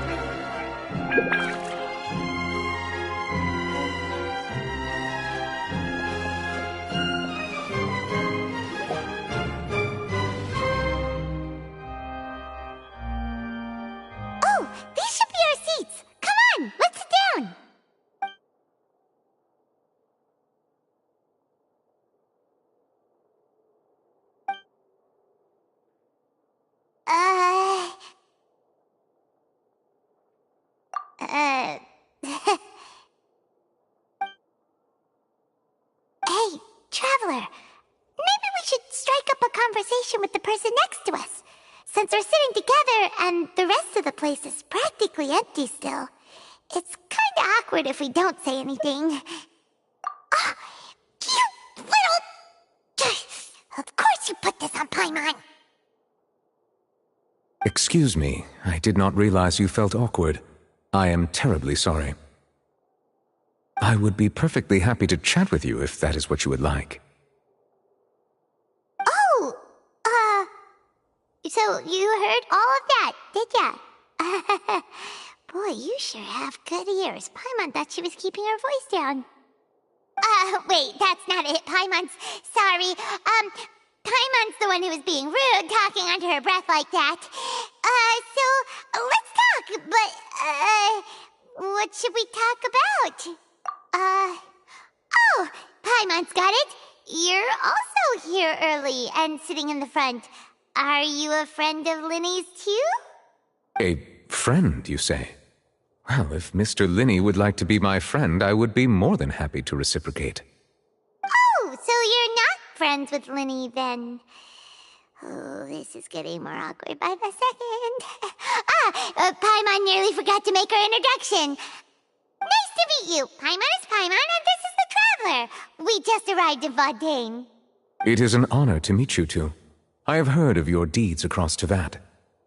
And as required by proper etiquette, I will also introduce myself. I am... Oh, Monsieur Nervillet. What an honor it is to have you here to see my show. Ah, Mr. Linny. I should say it is in fact an honor for me to see your performance in person. Wait, Nervillet? Could he be... I saw you all chatting just now, but it seems you still don't know who Monsieur Nervillet is. Allow me to introduce you to Fontaine's Chief Justice. That seat is always reserved for him. It wouldn't be too much to say that he's the symbol of justice and honesty here in Fontaine. Whoa! Sorry for being so rude just now. Paimon had no idea you were such an important person. No offense taken. Being Chief Justice is merely what I do for work. Nearly every person has their usual reserved seat, so I'm not so special, really. And by the way, I should probably let you know, even though I would prefer not to, there's someone sitting up there in the VIP seats that has been striking a pose for quite a while now. I believe she is trying to give you a most elegant and impressive first impression.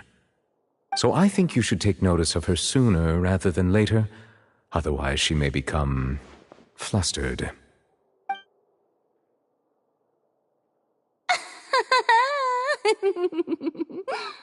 Huh? Oh, it's Farina, the Hydro Archon. Huh. She sure has a smug and satisfied look on her face. Guess she has no idea that you saw right through her act. Very good. That is for the best. No need to pay her any more attention. We may now enjoy the show. Huh? So is this what things are like between the Chief Justice and the Hydro Archon? All right, please wait just a moment longer. I've pretty much finished my preparations, and the performance will start as soon as the audience has made their way to their seats. Yay! The show's finally about to start! Paimon can hardly wait! Paimon's never seen a real live magic show before!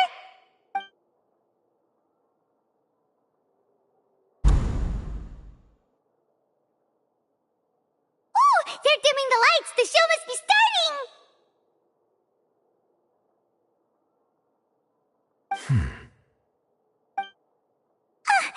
Sorry. Paimon will try to stay quiet. Welcome, one and all, to the Opera Epiclese. I am the star of today's show, Linny. And over here is my sister, Lynette, who will be working as my wonderful assistant. Please, let's give her a warm welcome. Hello, everyone. I know she may seem to be a little sleepy right now, but that's just a sign that she's nervous. Whatever. Now, some of you may be thinking, two vision holders who can freely manipulate elemental powers performing magic is not true magic at all. So, I would like to take a moment to assure you that elemental powers will have nothing to do with what you will witness on the stage today.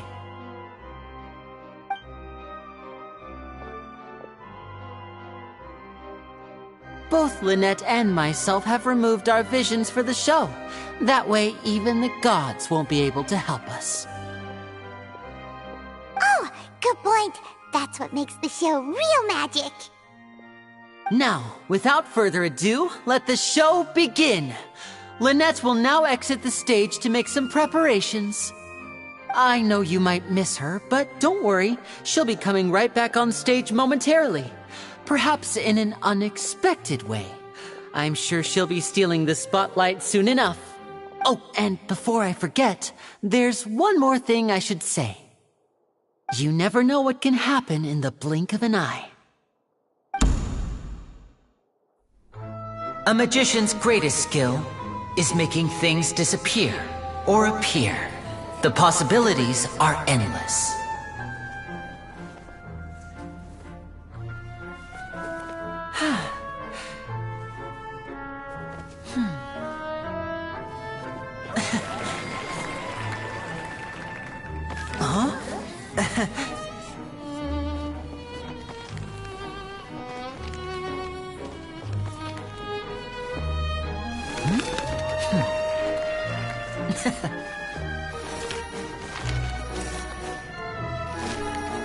But this isn't what you came for. These little tricks, you've seen them all before.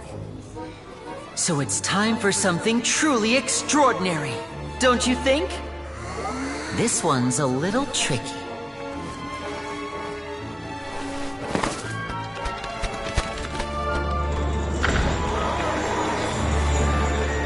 Using this water tank, I shall make my sister vanish completely, right before your very eyes.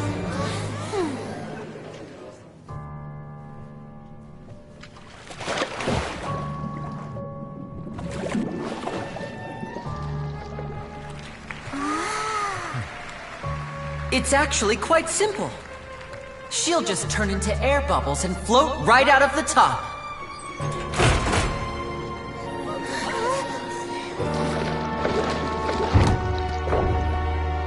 Oh no! I told them to check all the props carefully. With the lid on, even air can't escape. An amateur magician would be getting very nervous right around now. Luckily, it's me on stage, so let me show you what a true virtuoso can do.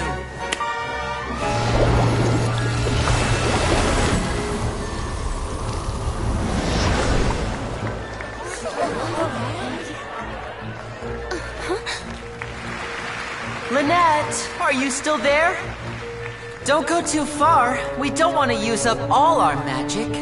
Hi, I'm back. Uh-huh.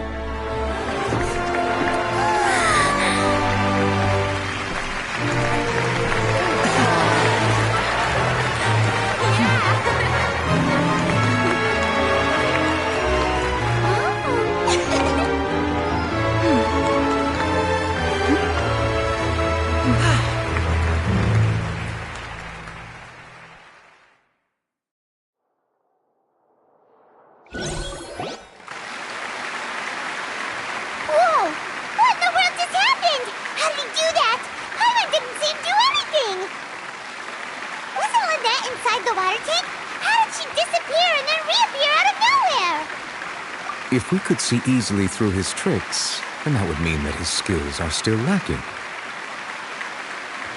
To appreciate magic, you should focus on the show happening on stage, rather than getting caught up in trying to see that which has been intentionally hidden. Guess you're right. Paimon couldn't believe her eyes when Lynette reappeared. Amazing! Thank you everyone. I'm glad you enjoyed that performance. But our magical journey has only just begun. I've prepared even more astonishing surprises for everyone here. The magic of transformation and disappearance can go far beyond what you've just seen. I'm sure many of you are thinking that escaping the water tank was impressive enough. But Lynette is still my assistant after all. In which case, I have ample time to make all necessary preparations. So, for my next trick, I will require the participation of one lucky audience member. Please, if my assistants could bring out the magical boxes now. There are 2 boxes and only 2 boxes. One is here and one is there in the aisle among the audience. I'm sure many of our clever audience members have already guessed our next magic trick. A swap! Our lucky audience member and I will each enter a magic box. After 1 minute, we will each emerge from the opposite box. Now please, everyone pay very close attention to the box you see here. Don't give me any chance to make a move. Wow! How's he gonna do this? Hey, do you think this is all magic tricks, or does Lenny have actual superpowers? The lucky audience member will be generated by this random number selector. It selects numbers entirely at random. Even I don't know who will be chosen to participate. Now then, let's begin.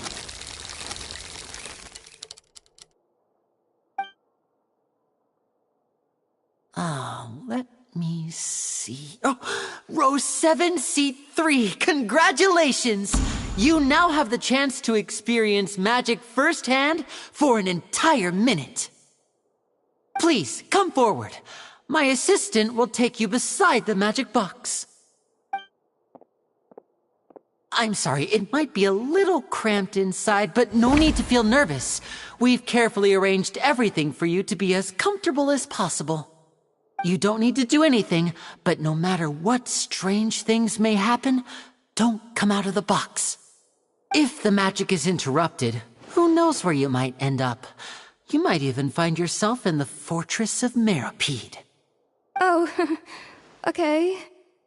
All right. Before I enter the magic box, there is one more thing I need to ask the audience to do.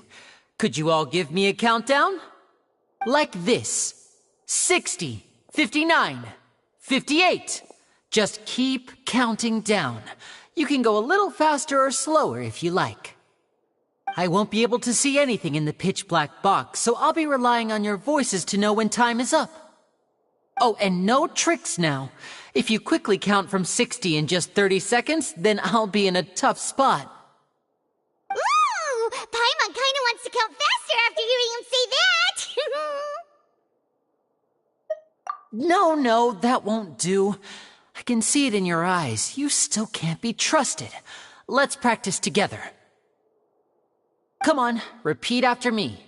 60, 59, 58. 60! 59! 58! That's right, perfect. Keep it going. All right, I'll see you all on the other side once you've finished counting. 54, 53, 52? Why aren't you counting, Nervalet? I am counting in my head. I think things are exciting enough in here as it is. Merely a consequence of my identity and personality. Do not worry about me. Just enjoy the show. Oh, all right. You look so serious that Paimon thought you might be feeling uncomfortable or something. 40! 39! 38! Mr. Linney, are you all right in there? Is everything ready? Yes, I'm fine. I'm just double-checking the direction of the magic. It would be a disaster if we get sent to the wrong places. For example, midair right above the audience. Even though he's saying that, Lenny doesn't seem nervous at all.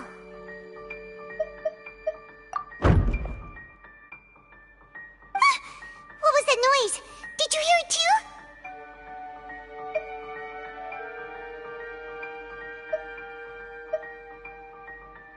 Not sure. Anyway, it doesn't seem like anyone's worried about it. 25! 24! 23! What's wrong, Mr. Linney? I can still hear you moving in there. I seem to have accidentally knocked over a decoration. I'm trying to fix it, but it's pitch black in here. I can't tell left from right. Never mind the decorations. There's no time for that. The show is what's important. No, that's unacceptable. I want my show to be perfect. Don't worry, we still have 20 seconds. Hear them counting? 19! 18! 17! It seems things aren't quite going as planned. I apologize, everyone. It feels like you're all starting to count faster, but that's all right. I know it can be tiring to do such a long countdown. 10 seconds and change is still plenty of time. 10! Almost there now. Whew. Swapping two people is harder work than you might think. Even a master magician like me can't guarantee I'll get it right the first time. Hey, wait! Is this the back one? I can't tell. They both look the same inside. Huh? No, that's not it. I'll try again. 7! Hey, slow down! Honestly! 5! 4! 3! Whoops! That doesn't count! 0!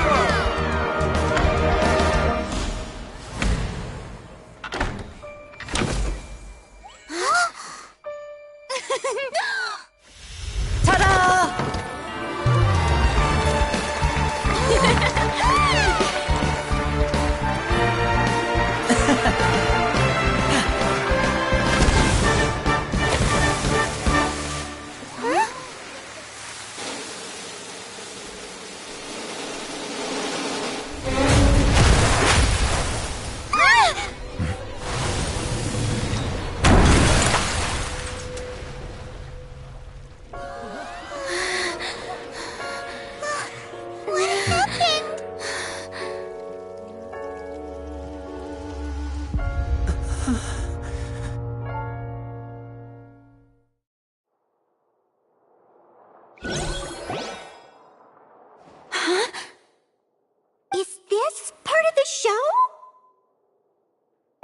Mr. Linney, you're going to use magic to fix the stage now, right? What happened? Oh no. Maybe this isn't part of the show. The girl was still in that box, right? This performance is over. Medical staff with me. Guards, secure the scene and detain all the performers. Seal the exits. No one is allowed in or out at this time. Yes, that's right. If this was just an accident, then we must investigate the cause. But if this was all part of some scheme, then those accountable will not escape the judgment of the God of Justice! No need to be alarmed, you two. We'll get to the bottom of this soon enough.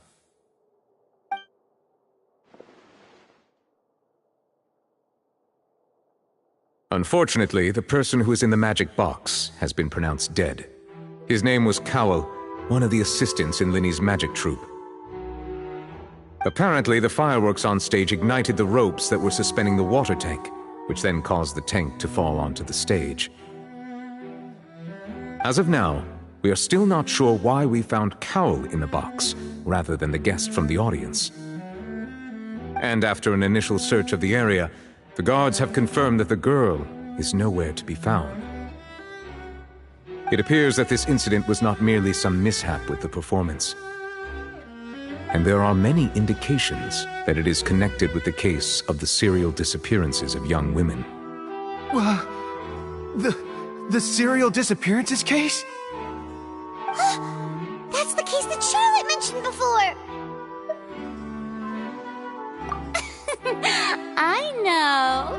I know the truth. I can see through the whole thing. Really, using such a shallow and obvious mystery as his finale, did he really underestimate us that badly?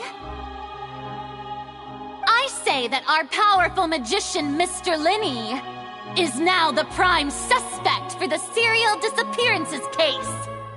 Huh? Why me? This whole thing was an accident. No, this all occurred during your magic show, did it not? The missing girl disappeared after being chosen, did she not? The deceased is one of your assistants, is he not? Now that I think about it, that whole speech about magicians making things disappear was nothing more than a provocation, a bald-faced challenge. That can't be right! How can Linny do this? He was in the box on the stage the entire time! We could even hear his voice!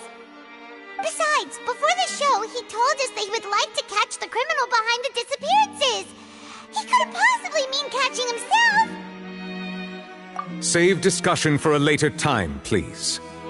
Lady Farina, may I assume that your comments just now constitute an accusation against Mr. Linny and his associates, and that you are pressing charges? Huh? I just think that I think it might be a little early to talk about formally pressing charges. But what Lady Farina said just now makes perfect sense. Looks like she's gonna personally deliver justice. A kidnapping and murder carried out under the cover of a magic show. Lady Farina said it all.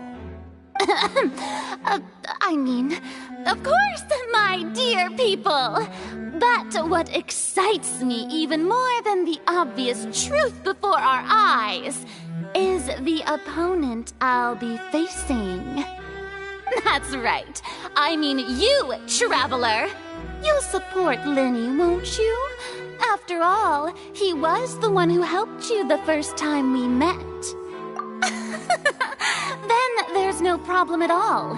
You know, the Traveler and I already had a duel the first time we met. But with Linny's help, our little duel ended in a draw.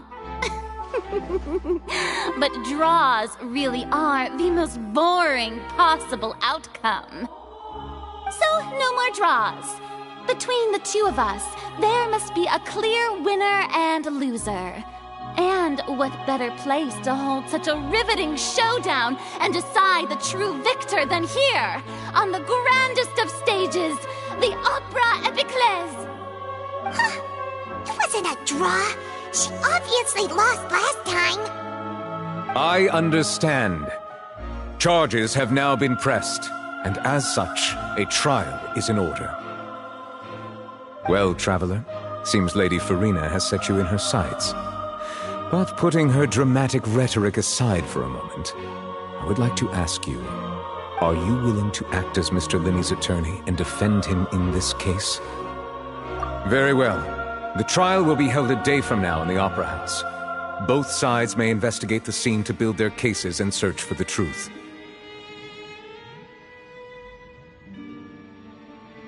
Linny and his troupe are all potential suspects and shall remain within the Opera House. The audience may begin to leave in an orderly fashion once they have been cleared by the guards. A day isn't that long. Let's see what kind of case this big-shot outlander can build in such a short amount of time.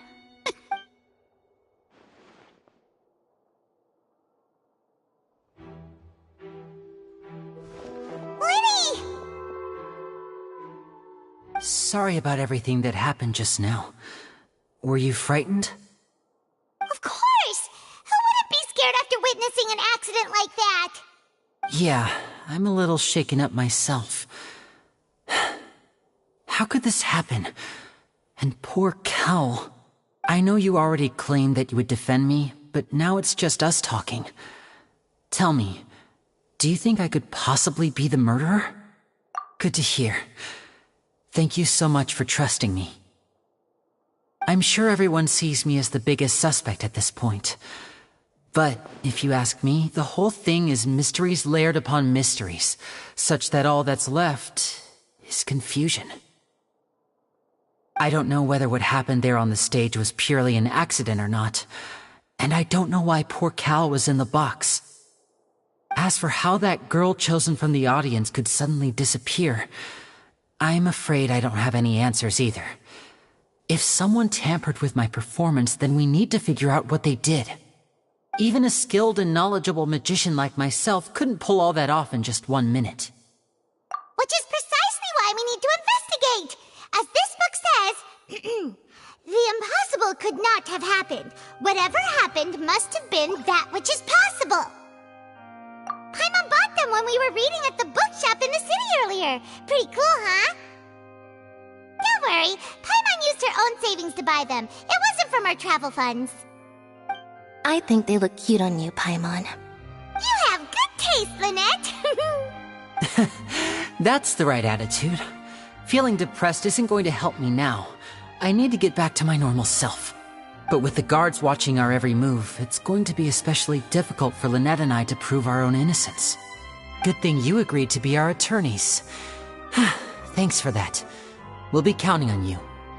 Yes, thank you so much. Yeah, just leave it to us.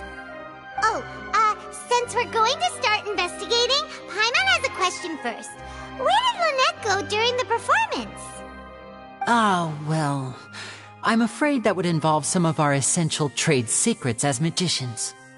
The secrets behind our magic are past saving, Linny. I suppose you're right. The truth behind our tricks is going to be important evidence that will be weighted during the trial. 'Tis truly a pity. As a magician, our magic show is a work of art. We've poured countless hours and spared no effort in perfecting it. But if revealing our secrets will help you uncover the truth behind what happened, then it will be well worth it. We should go somewhere else if we're going to discuss our magic tricks. We'll go speak with the guards, and in the meantime, you can go investigate the stage and the seating areas. Alright, let's go have a look while the investigation teams are still here. Detective Paimon is on the case!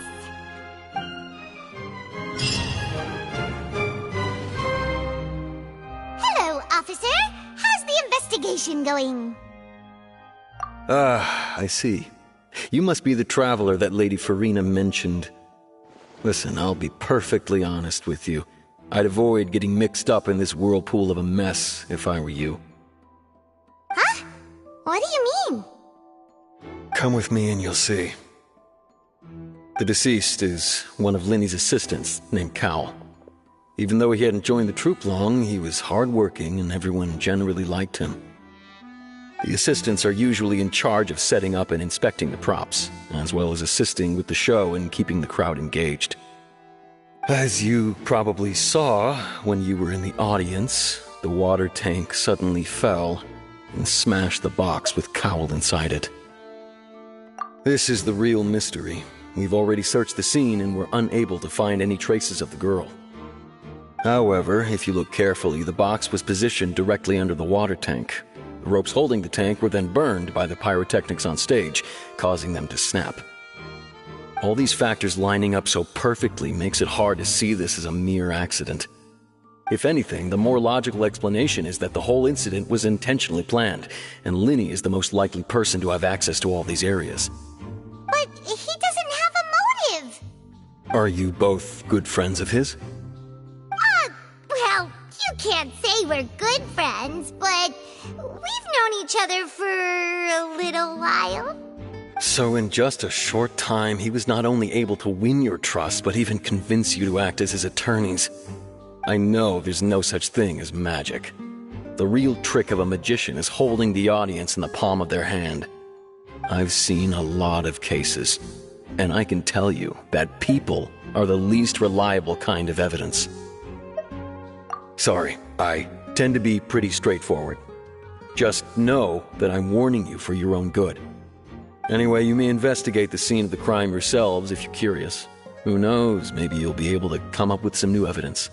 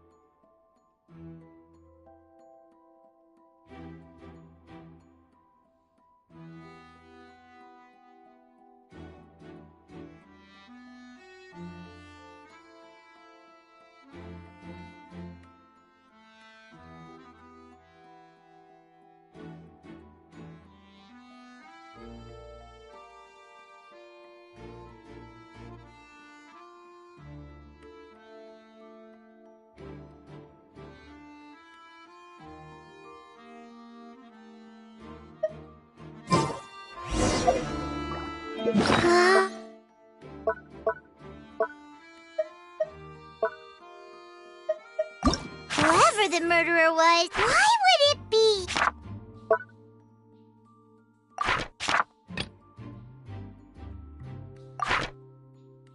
Why would it be him? How strange. Whoever the murderer was, they must have made preparations well beforehand.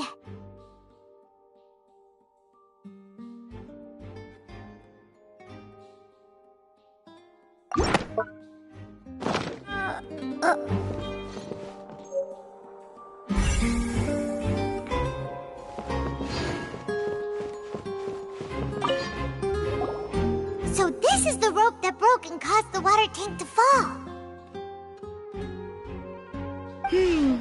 The rope looks pretty durable. How can it be burned through so quickly by fireworks?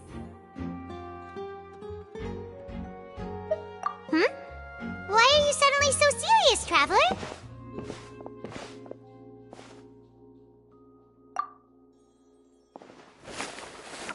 Whoa! Look! This bit is made from different material!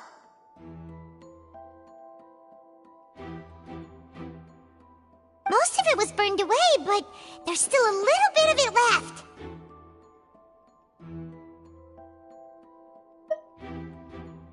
Huh. So if a rope meant to hold something was made with that kind of material in it, then that means... Wait, why don't you write all this down? Let's take notes.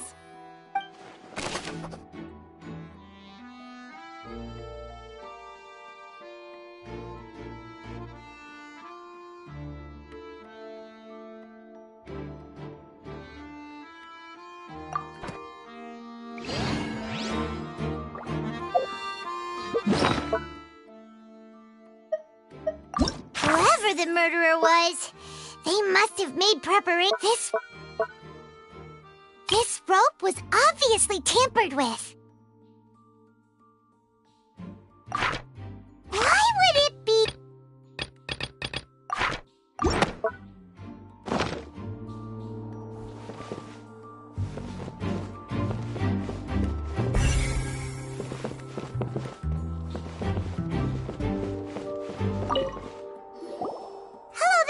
What are you investigating? Oh, this location has also been cordoned off because the Magic Troop members are currently considered prime suspects. The investigation team is still collecting evidence. The seats were all booked in advance, so we were able to deduce the missing woman's identity by checking the guest list. Sure, it's not like this is confidential information. We will publish it later anyway when we petition the public to help us find the missing person. Her name is Halsey. She's a painter from Fontaine who's made a bit of a name for herself. Apparently, she wasn't a regular at the Opera House, but she'd been feeling some pressure with her work lately, which made her decide to come see the magic show. The Magic Troop members all claim not to know her, and we have looked into her social connections. It seems that she has no personal grievances or conflicts of interest with the suspects. Simply put, she wasn't related to the Magic Troop at all, which matches the features of the previous serial disappearances. Were the victims of previous cases also chosen at random? That's how it seems to us, in any case. Apart from the fact that they were all young women of around the same age range, there really weren't any other connections between them. Okay then. No need to be so formal. If you do happen to see the missing girl, please be sure to contact us. It is of utmost importance that we get to the bottom of these disappearances.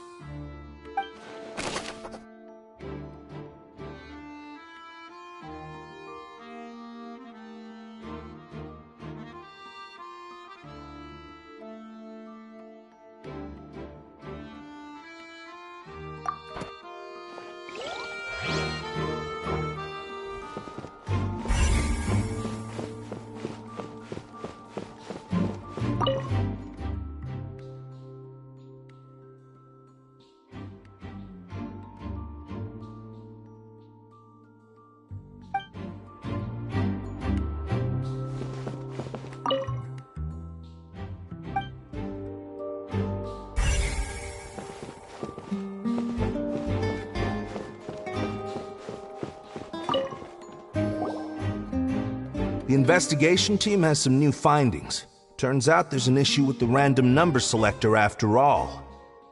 See, I told you. What if the machine picked some big guy's seat?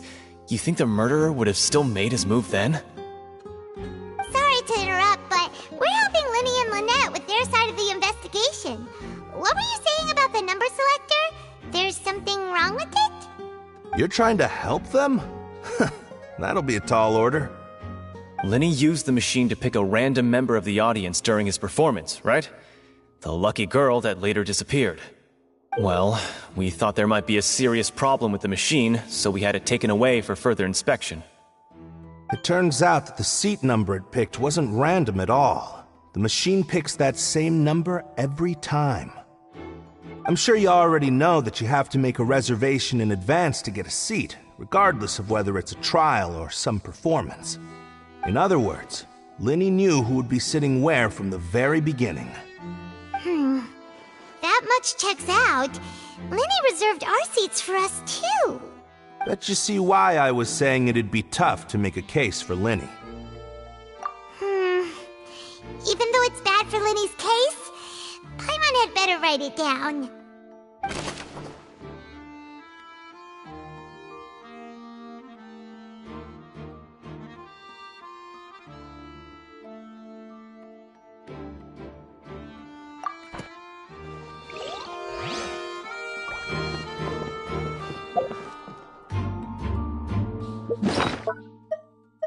Why would it be him?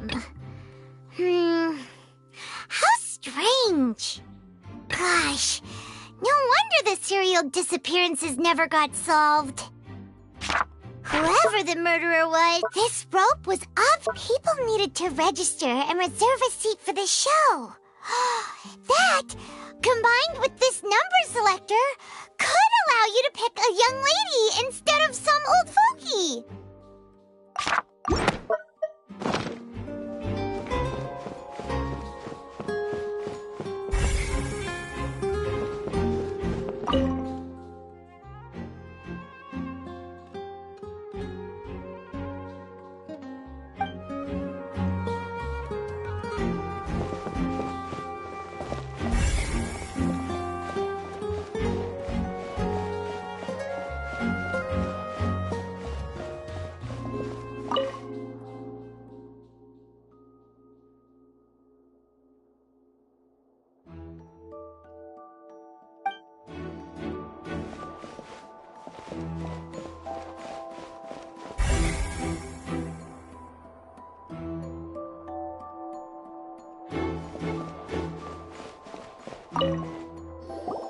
I see that you're investigating the area.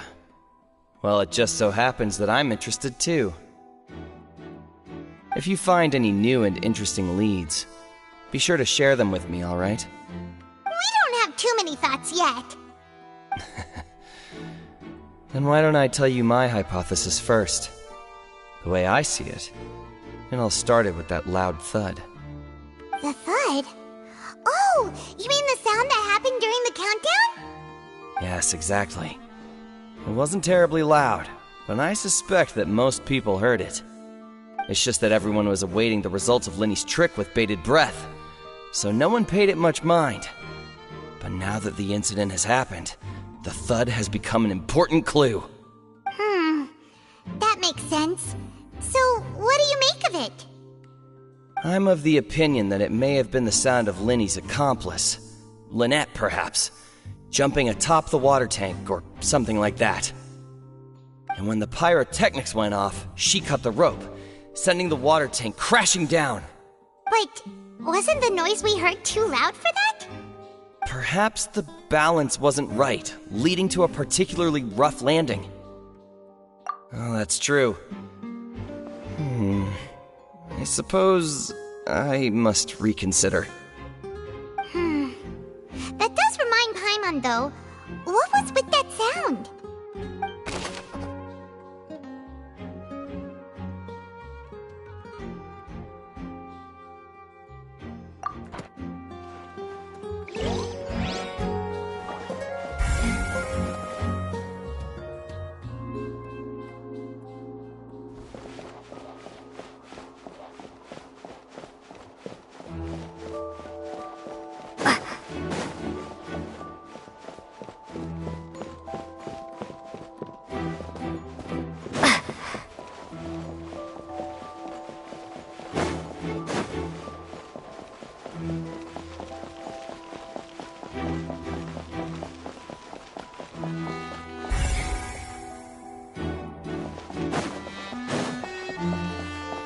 Lenny's still talking to the guards.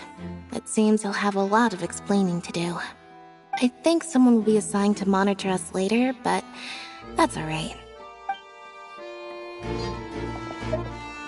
Lenny's still talking to the guards. I think someone will be...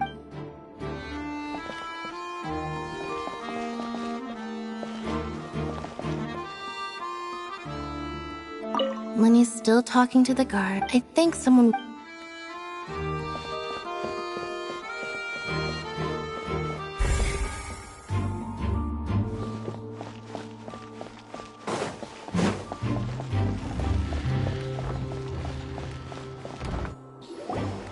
Hey, you! Yes, both of you! Over here! I've been keeping an eye on you for a while now. Huh? You mean us? That's right. If I'm not mistaken, you're also among those who wish to cut down the thorns and pursue the truth. No? And by the looks of it, you're not from Fontaine. Well, you're right on the more about that one, but who are you? Have you never heard of the Spina di Rosula? From mediating disputes and providing protection to solving conundrums, you name it, Spina di Rosula does it. And I, Navia, have the honor of being its renowned president. Though those who play by our rules call me boss. I'm Silver, her attendant. Pleased to meet you. And I'm Melus. Demoiselle's various daily needs and affairs are under my purview. Huh? Boss? Demoiselle? What gives with the names? Well, I am the second generation president.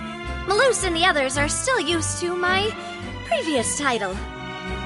My apologies, Demoiselle. Should you prefer, boss, I will endeavor to use that instead. No need. You don't have to call me boss. Just Navia is fine. Okay, if you say so.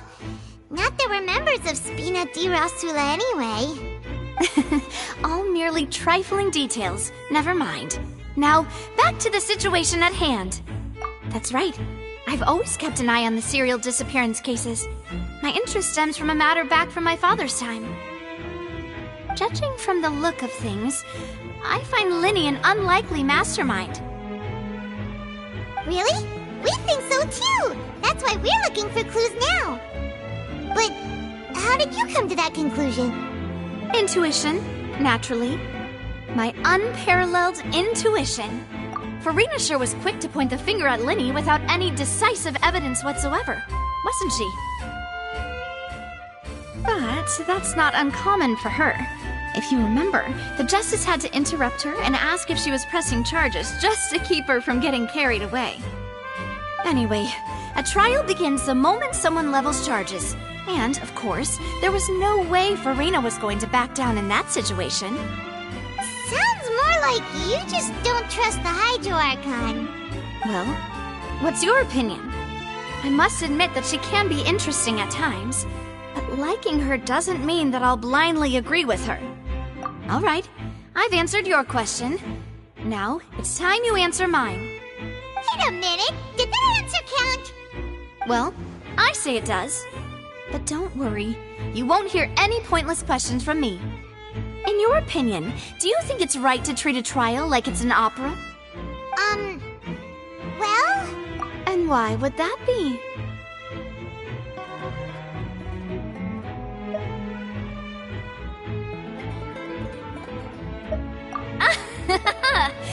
See, Silver and Melus?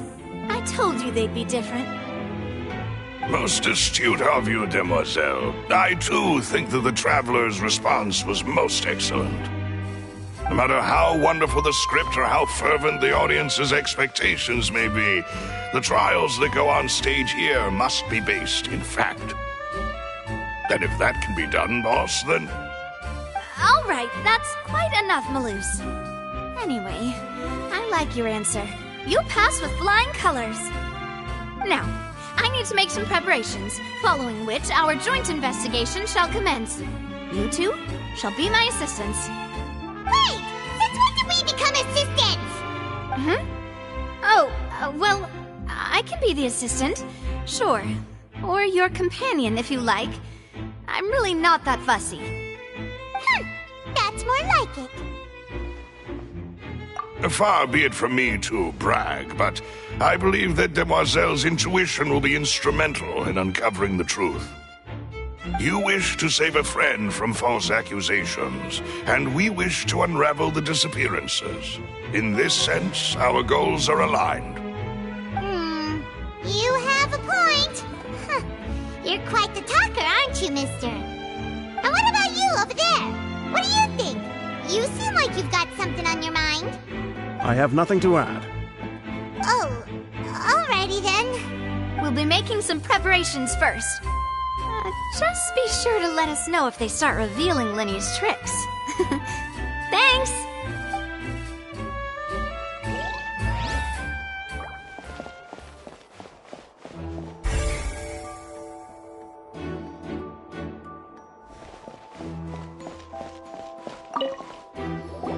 Sorry, but no one can freely enter or exit the Opera House at the moment. If you wish to leave, you must register your identity with us first. No, we're not leaving. We're representing Linny and Lynette as attorneys, so we're investigating the case. Were you always guarding this entrance? Yes, after the Chief Justice gave the order, everyone coming in or out must undergo a strict inspection. So, the missing girl couldn't have left from here. At least, not from that point on. I doubt there was much opportunity then, either. How can you be so sure, Well, because I was in charge of security near the entrance at that time. I couldn't see Linny's performance from here, which was quite a shame. Just my luck. But still, I did not abandon my post, and I stayed put no matter how loud the applause was. If someone had so much as even approached the door, I would have noticed it, let alone if they had tried to leave. We Melazines are good at that sort of thing, you know. So, it's safe to say the girl couldn't have left through here. Alright, thank you for your help. This will be useful info.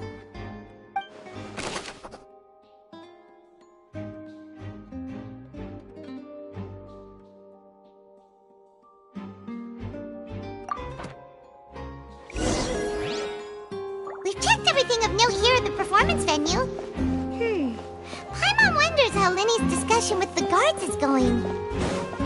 Let's go see, shall we? Ooh, things are getting interesting, huh? Understood. Then I will be going with you. Just so you're aware, I will be monitoring your actions and making notes as necessary. Very good. Thanks for being so agreeable. I'd pull a rose out of my hat as a gift for you if I could. You may spare the pleasantries. I'm just doing my job. You've arrived. Who's this? Me? I'm Spina di Rosula's guardian angel. If you've got a problem, I've got the firepower. Sorry, I got a little carried away there. Call me Navia. I'm a partner of theirs, and will be helping investigate this whole situation. And these are my companions. Would you mind if they join as well? Fine by me. Oh, new helpers? I would be most grateful. Well, let's just say we're tagging along. It's not every day you get to see the secrets behind magic performed on such a large scale. I appreciate your kind interest. Come with me. We'll be heading below stage. Huh? Below stage? Yes, a world of secrets is hidden beneath this magic box, prepared specifically for this switcheroo trick. But before I reveal everything, you should have a look first. Notice anything strange here?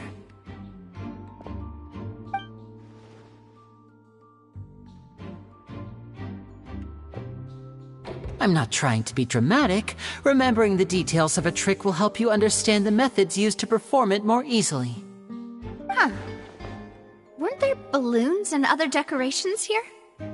Where did all that go? Ah, good eye. That said, you're still far from discovering the answer. The back? You mean the inside of the door? What's different about it? Paimon didn't notice anything. Very good indeed. I thought you might not be able to catch that, given that you were sitting in the first row. The back of this door was patterned. Those patterns are now gone, replaced by a smooth wooden board. So, if you put 2 and 2 together, what do you get? Exactly. All right, let's go. I'll tell you how it works as we head down. Oh, so there was a passageway under the magic box! I knew you'd figure out most of it as soon as you saw this place. The 2 magic boxes are positioned right above the 2 entrances of the tunnel. See this flatbed trolley? The box with the lucky audience member in it would be shuttled over to the other side using the trolley. This trolley can raise and lower and even rotate, ensuring that the box will face in the right direction. I see. So that's the purpose of the box inside another box. Precisely. The inner box would descend after the audience member was put inside and be moved along the trolley, all while the outer box would remain on stage as if nothing had ever changed. So that's how you did it! Once the box was lowered, the trolley would store some energy through this device here, with which it would complete the rest of the steps. The audience member would only be able to feel some slight movements in the dark, and by the time she walked out, she would already be back on stage. Right! You were talking that whole time, and you even came out for a moment near the end! Ah, yes. A phonograph operated by Lynette was used to achieve that effect. My assistant and I had already scripted our conversation beforehand. When the countdown began, I had already gone to the opposite box via a tunnel using that ladder. And what about Lynette? Where was she? I was in the mezzanine space in the back of the box. Oh, interesting! That's how we were able to coordinate Linny's lines with the assistant. And, by the way, I was the one who walked out of the box at the end. I mean, we are twins. All it takes is a change of clothes and no one can tell who's who. And that's my favorite part of this trick. Only Lynette and I can perform it. So that's how it all worked! Wow, every detail you revealed was more amazing! Lynette would briefly walk out of the box and then go back in, jumping into the tunnel and escaping before the box on the trolley could finish ascending. And then I walk out of the other box in the audience area, and the trick would be complete. The operative word here being would. But as you saw, Cal was in the box, not our audience member. She, on the other hand, mysteriously vanished. We really don't know how that happened. If not for that interlude, this would have been an astonishing trick. I probably never would have figured out how you pulled it off. And yet, to think that someone was able to use this magic trick to commit a crime. Could we have a look around? I think we can come up with some more leads. This is the scene of the crime, so Linny and Lynette are not permitted to stay here. I'll escort them back up. Yes, of course. No need to be so strict now. I won't disappear into thin air, you know. Thanks, everyone. We're counting on you.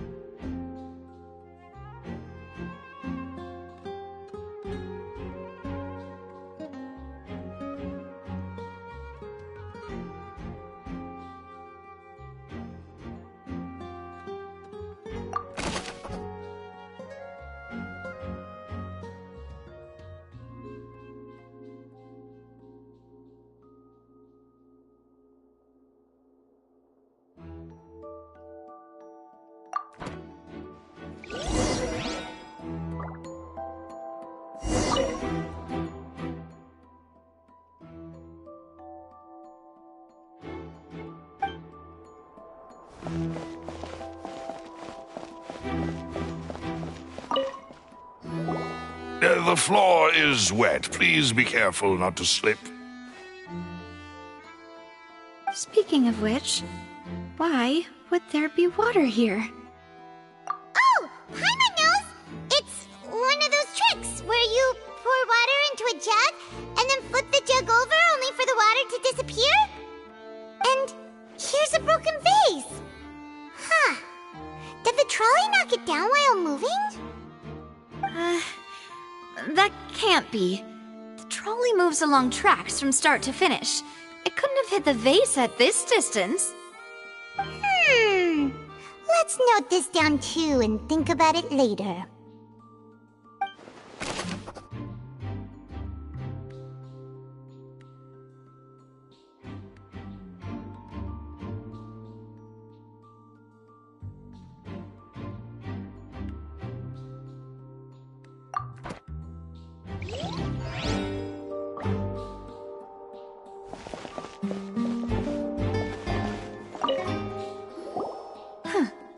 What's this?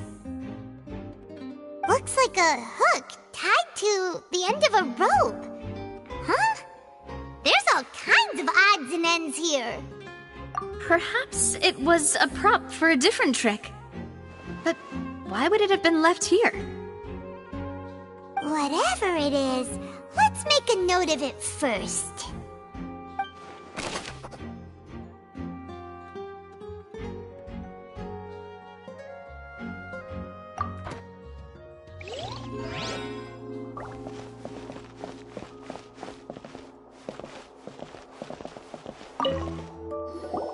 Oh, these are the clothes that the lady chosen from the audience was wearing, right? Her clothes are here, but she's nowhere to be found. Right. And do you really need to do that if you're kidnapping them? Ugh, this is so confusing. Paimon doesn't want to be a detective anymore.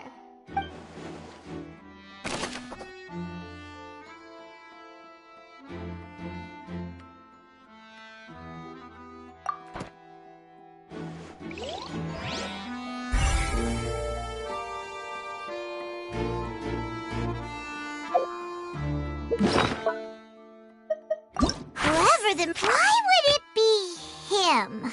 God, we all heard that noise, didn't we? The performance would not have been visible from where the doors were guarded. If Paimon were on duty, she would have snuck back into the audience seating. Well, there was no chance Paimon could have seen that the box had 2 layers. And that's why only the 2 of them can perform this trick. Digging a tunnel just for a magic trick? Whew, that must have been a lot of work. This is probably a prop, too. Oh, looks like it could hook onto a lot of things.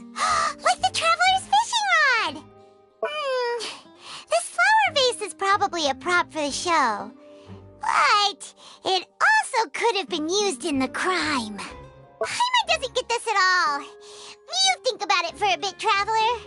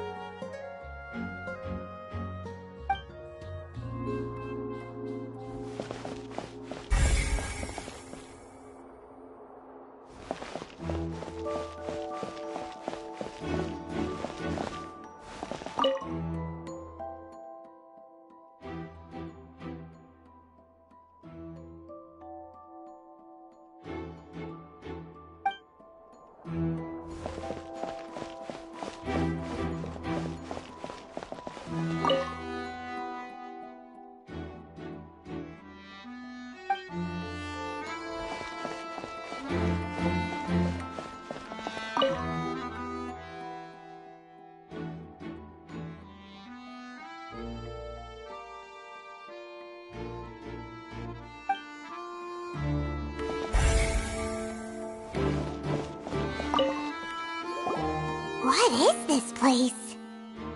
It seems someone could fit through here. Huh. Could this have been the suspect's escape route? Alone, perhaps. But if they had to pull another person with them, the space would be too narrow. But there are no other ways in or out of here.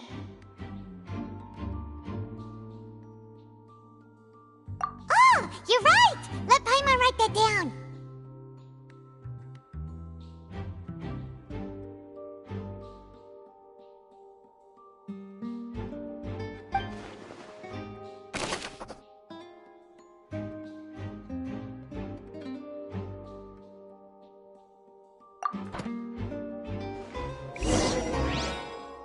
Seems we're just about done investigating down here.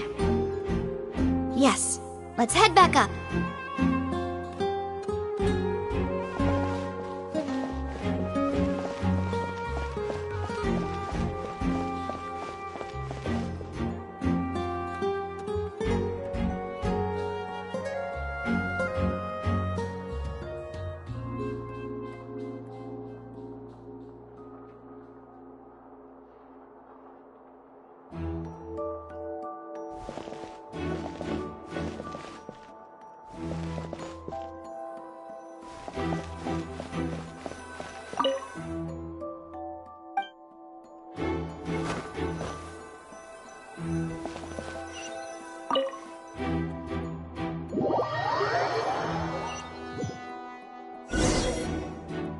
Well, we've ascertained the state of the crime scene.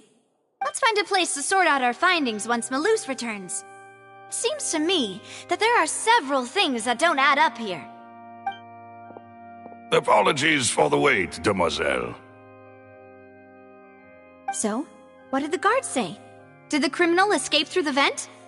They believe the odds of that are very low, since the vent leads to the Opera House's basement. The guards have checked the area carefully. No one left through the basement during the performance or after the incident, and no one was found hiding there. So the tunnels become like a secret chamber then! You know, like the kind you usually see in novels! The plot thickens. Halsey's disappearance and Cowell's death are both quite inexplicable. No wonder Farina was so confident in her accusation. All the current evidence points toward Linny and Lynette. In other words, the charges are very likely to be upheld unless we make some considerable progress. Charges and then trial. So if the charges are upheld, they'll announce a sentence? That's right. This is how a trial goes in the Opera House. During the proceedings, the Chief Justice and the Oratrice will hear statements from both sides. That's right. This is how indemnitium is produced. The statements from both sides, the defenses from attorneys, witness testimonies, and even the audience's emotions will all be projected on the Oratrice. To put it simply, it's as if the Oratrice has its own will, and is a judge in its own right. This also precludes any kind of favoritism on the part of the Chief Justice. Not that this has ever happened anyway. Once both sides have finished speaking, the Chief Justice will make his final decision. This, too, will be used by the Oratrice as a reference. Then, finally, the Oratrice will be consulted by officials. The result it returns is the will of justice itself. Huh?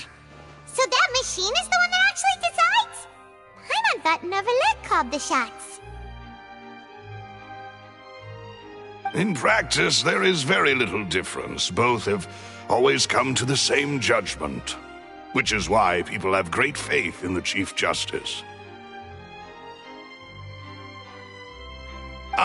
Yes, the guards also asked me to convey that none of us will be allowed to leave this place before the trial. Huh? Why?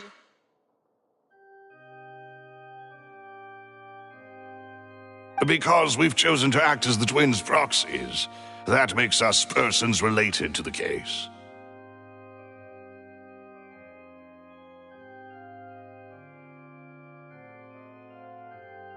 They're concerned that we might be colluding with outside parties, or that we might find outside help to disrupt the case.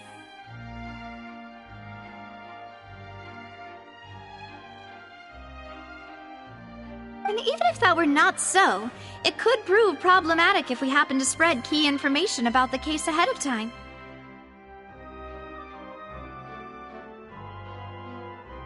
I'm ready to break out at any time.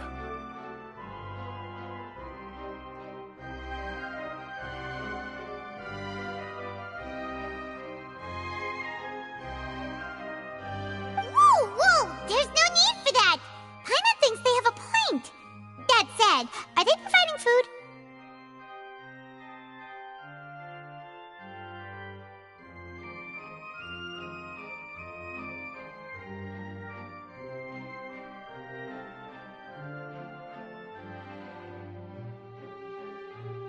Of course. I just hope you don't mind the lack of options. I'm afraid that catering to all tastes is not in the cards, nor is any guarantee of balanced nutrition.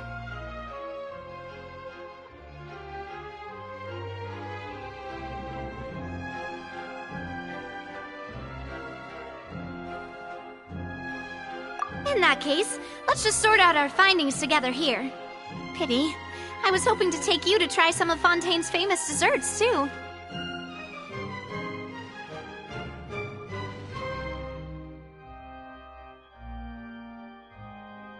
I mean, what better way to properly think through our findings than over some tea and sweets?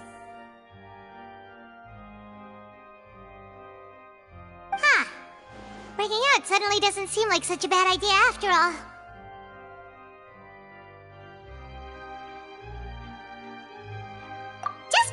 Just kidding! Paimon will still do her best, even if there are no snacks. What do you mean, no snacks? Of course we'll have snacks. If we cannot buy some, then we'll simply make some. Huh? Here? But how? Understood, demoiselle. Everyone, please come with me.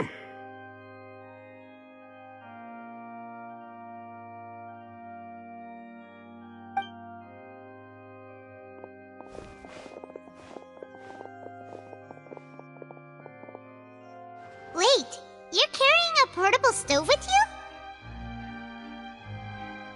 you? Yes, I must be prepared to meet the demoiselle's baking needs whenever the fancy strikes her. I have eggs, sugar, and almonds at the ready.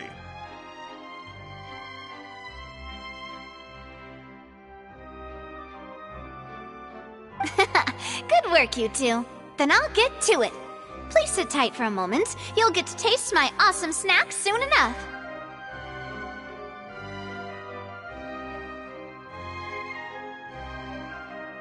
These three are quite the interesting group.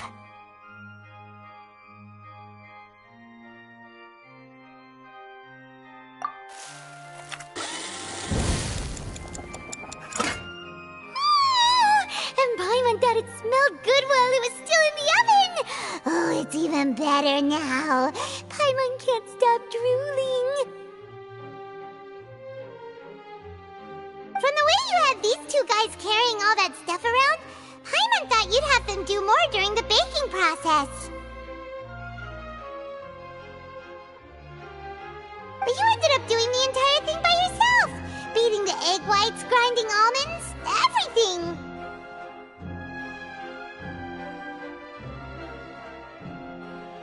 I was applauding.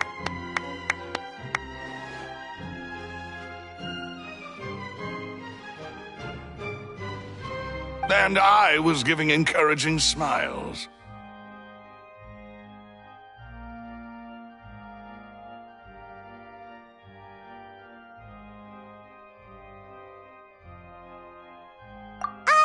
Paimon was just thinking, aren't you worried about getting your fancy dress dirty beating egg whites and baking like this?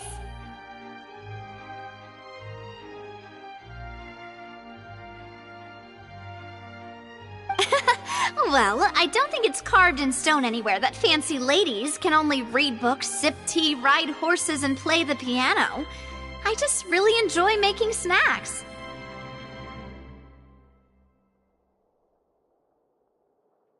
Don't underestimate beating egg weights, by the way. It's a real arm workout. You also need to beat them to just the right consistency, or your macarons will crack.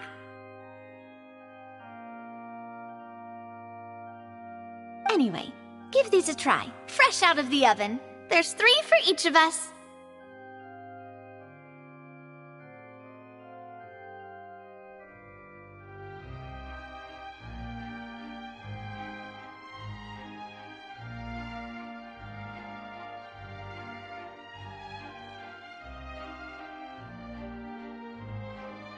Only 3?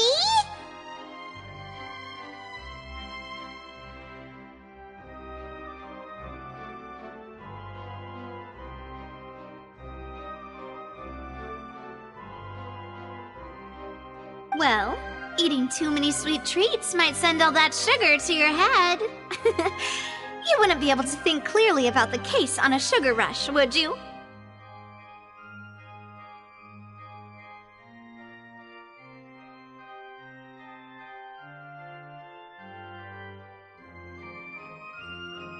Tea is ready to be served as well. This is Demoiselle's favorite, strong black tea with a floral fragrance that clears the mind and lifts the spirit.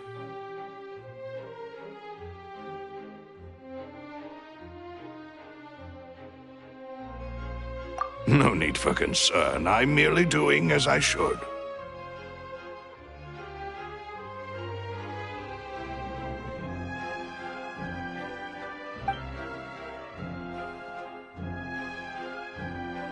All right then. Down to business. As Paimon mentioned previously, the tunnel seems to be something of a secret chamber.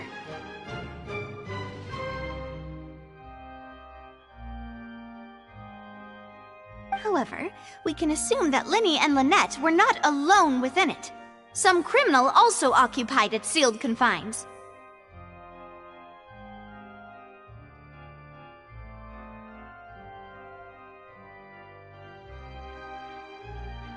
The magician twins could have committed the crimes, of course, but they lack any logical motive.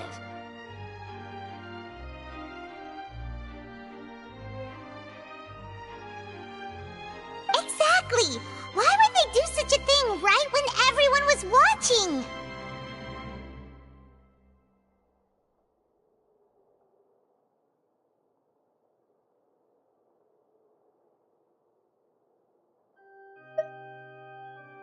The flower vase and the thud we heard during the performance could indicate some altercation between Halsey and the criminal in the tunnel.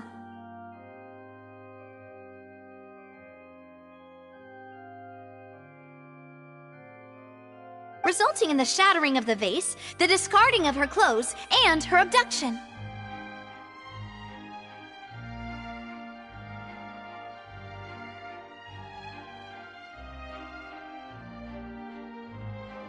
Perhaps the criminal thought that since she was chosen from the crowd, she would be too easy to identify if she was still wearing the same clothes.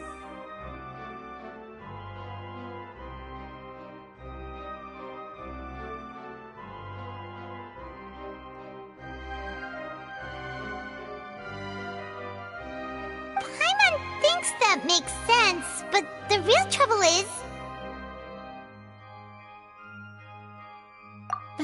True.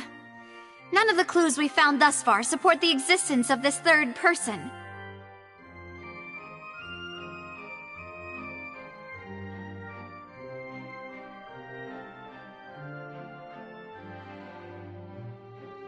But the only people left to consider are both technically victims, whether it's the missing girl, Halsey, or poor Cowell.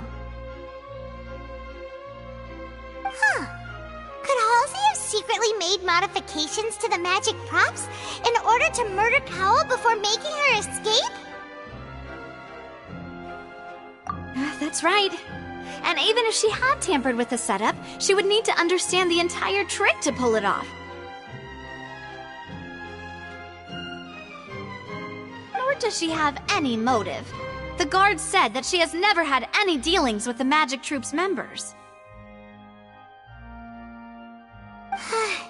Were we not thorough enough in our search?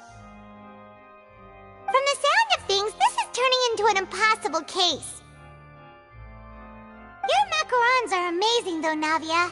They smell great! They're nice and crisp and super sweet! They are my specialty, after all. And I see you've already had 5 of them. What? 5? Oh, that can't be right!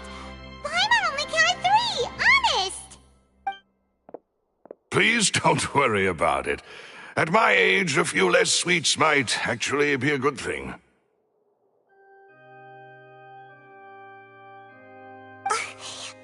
No! Being greedy is one thing, but Paimon knows how to count. Besides, Paimon knows that if she ate too many, then others wouldn't have enough. Wait, even you don't believe Paimon? How could you? If Paimon ate those 2 extra macarons, then may they turn into stone in her stomach! All right, we get it. Well, I suppose one of us might have gotten too engrossed in our chat and eaten them by mistake. No big deal. Maloose, set up the stove again if you would. Huh?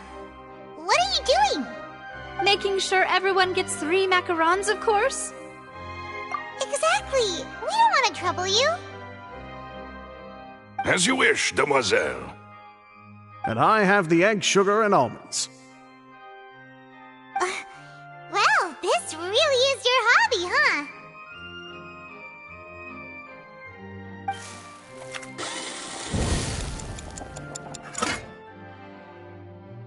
Well, that's it for snack time. I'm going to have another look around the area. I don't know what we're looking for yet, but we've still got some time. As attorneys, I suggest the 2 of you think the case over again. It would be awkward if you got all tongue-tied on stage during the trial. Alright, thanks for your help, and for the snacks.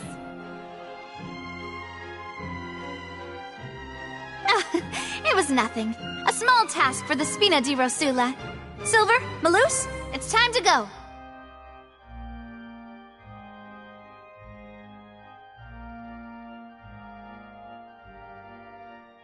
I'll be back if I find anything new.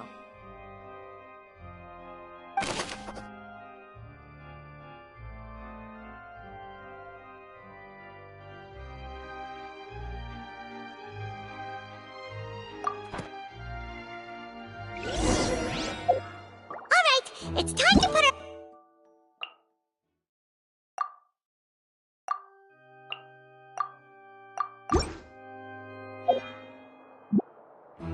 Oh, it's probably gonna be a long and difficult... Whoever the murderer was, why would it cut the... And there was no third person. And Paimon didn't eat more than 3 macarons either.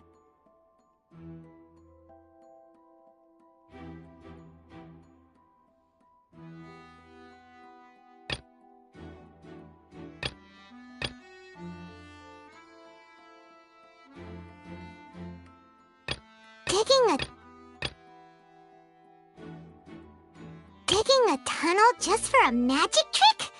Whew, that must have been a lot of work.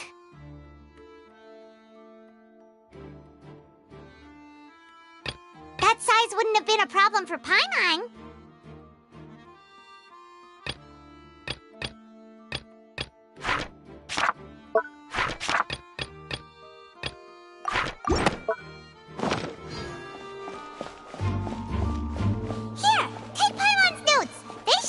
Review the situation.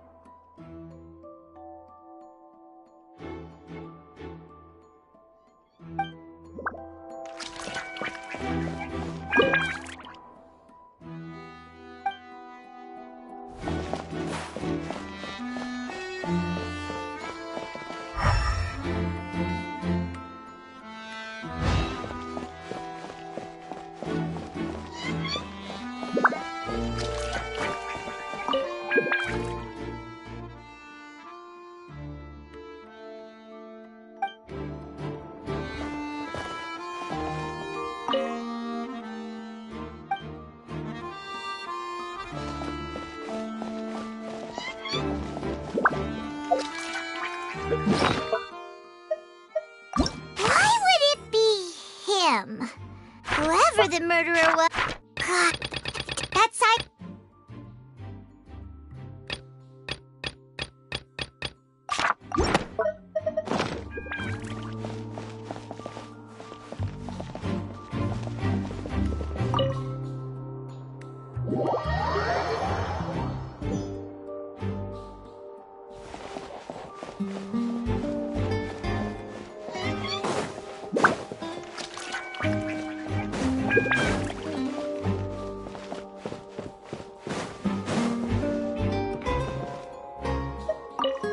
Lenny's magic tricks were the stuff of legends, but the way he did this crime, he should have stuck to doing magic.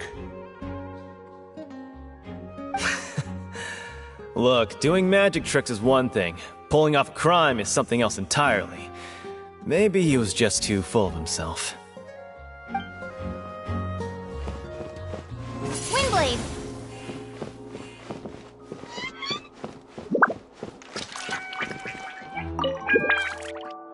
Go ahead, have a look around. In the end, both after the truth.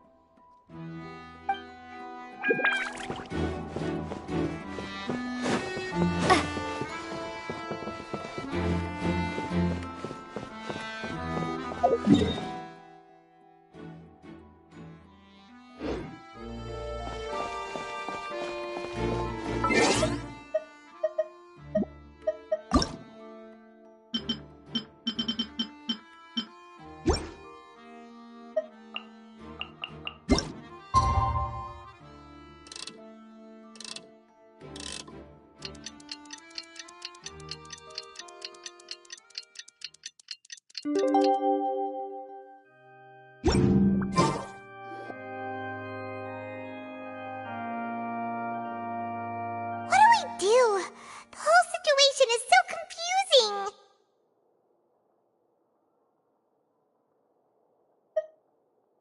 Good plan. Impossible things don't just happen. We'll get to the truth one way or another.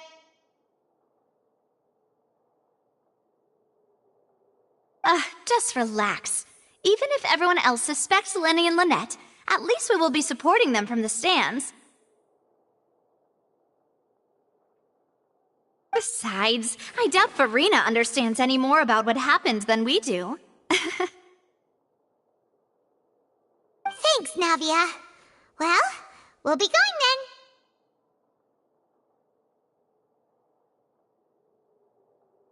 then. Best of luck to you.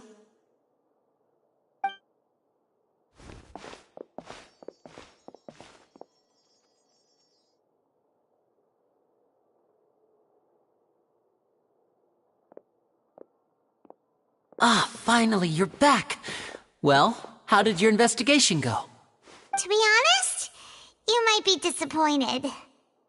No. We're already very grateful that you were willing to help. Well now, don't you all look disappointed. Don't tell me that your investigation came up empty-handed. That was to be expected, of course. The guilty can never produce proof of their innocence. But don't let that stop you. I shall be terribly disappointed should you, my most anticipated foe, concede so... Since both parties are present, I declare that the trial regarding the magic show incident is now in session. Firstly, in order for the audience to understand the causes and results of the incident, could we please have Mr. Linney explain the trick? Yes, of course. I will explain while Lynette demonstrates on stage. All the necessary items have been prepared.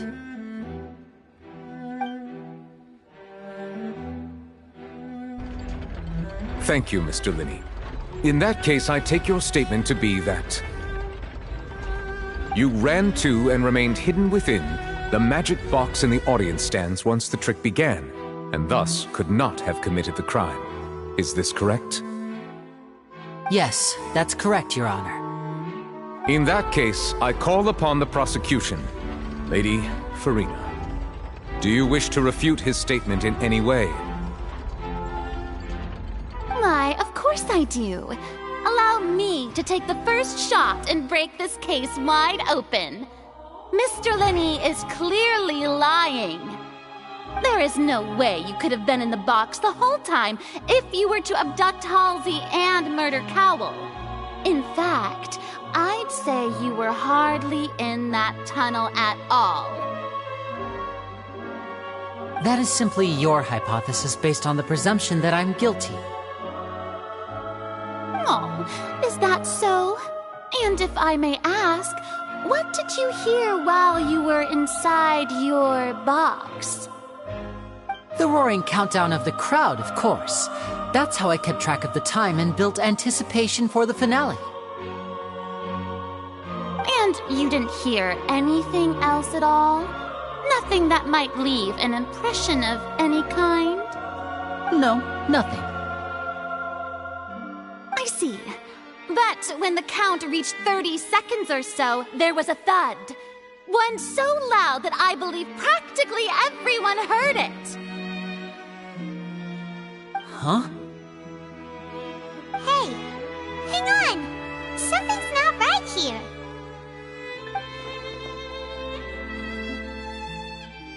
Yeah, I'm sure he could have heard a noise that loud from inside the box. I was right by the box and I definitely heard the thud.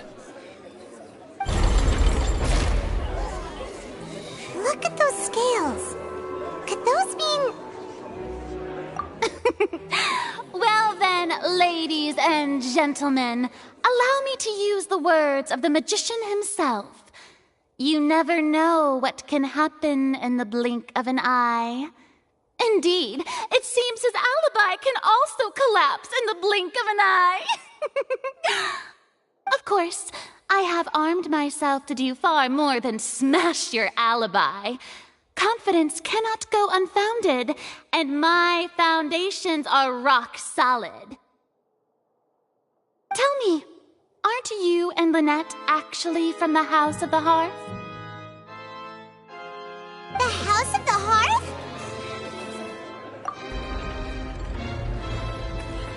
No wonder they did something like this. So the serial disappearances were the Fatui's doing. Now it all makes sense.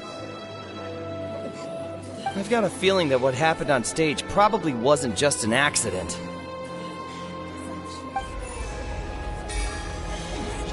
That's irrelevant.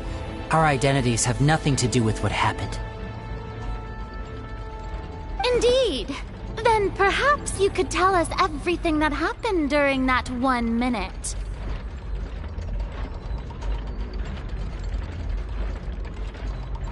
Your first priority is to prove yourself innocent, after all. I'm sure there is little that needs to be kept secret now. Unless your script already has holes in it. The Outlander is speechless. My, oh my, don't they look flabbergasted? Now comes the infighting and discord, I suppose. This was almost too easy. Oh, good thing I made all those preparations. Seems the all-nighter I pulled last night is really paying off. Hey, Linny! Why didn't you tell us this before?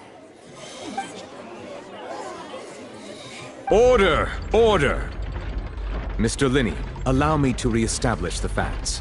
Lady Farina has raised 2 points. First, when the thud was heard in the Opera House, you were neither in the box nor the tunnel.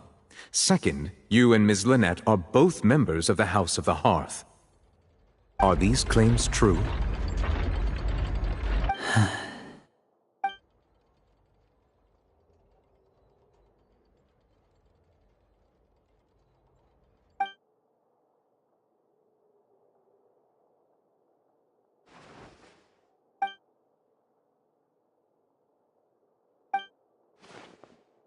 Please answer my question, Mr. Linney. I'm sorry. Yes, they're true, Your Honor. I knew it! Well, that's it. We might as well move on to the sentencing already. What should we do now? Granted. In that case, what is your request? Is that really necessary? They're already as good as guilty. The defendant deceived their own attorneys. What is there left to discuss? Order! Order, I say! Your request is reasonable, and we shall adjourn. This trial will reconvene in 1 hour. So you would stick to Mr. Linney's defense even after knowing what you do now? You certainly have more professionalism than I thought. In that case, my dear audience, let's allow the joy of victory to steep for a little while longer.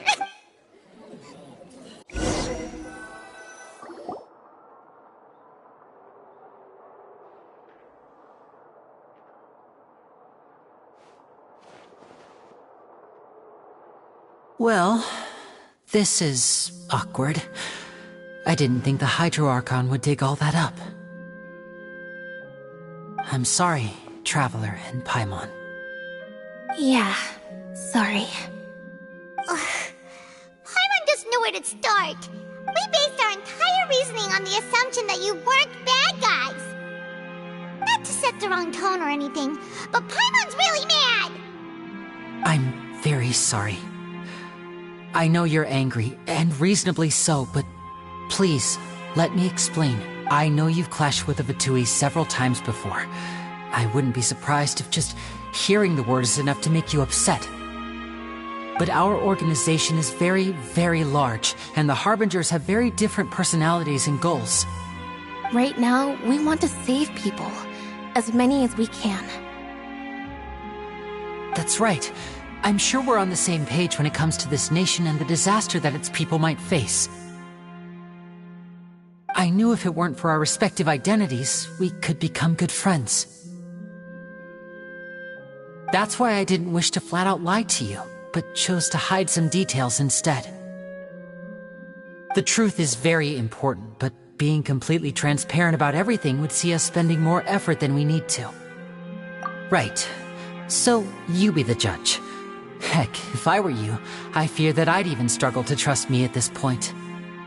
You met a Fatus who works as a magician, a trickster by trade. All by coincidence, too. But still, I'm asking you to trust me. I am no criminal. At least, not in this case. Sorry. Please forgive us. Well, you both say that, but... Right, let's hear your answer first, and no lies now! Of course. I'll answer any question you ask. We've been trying to find out how the Oratrice operates. We want to know why it has a consciousness. Why can it deliver sentences accurately? during our investigations, we learned that the machine's core is beneath it. From that moment on, Lynette and I have been designing this box swap trick with the objective of getting close to the core. Is that why you needed a whole minute? That's right. In truth, the audience would take about 75 seconds to count down from 60, while I would only need 15 to get to the opposite box.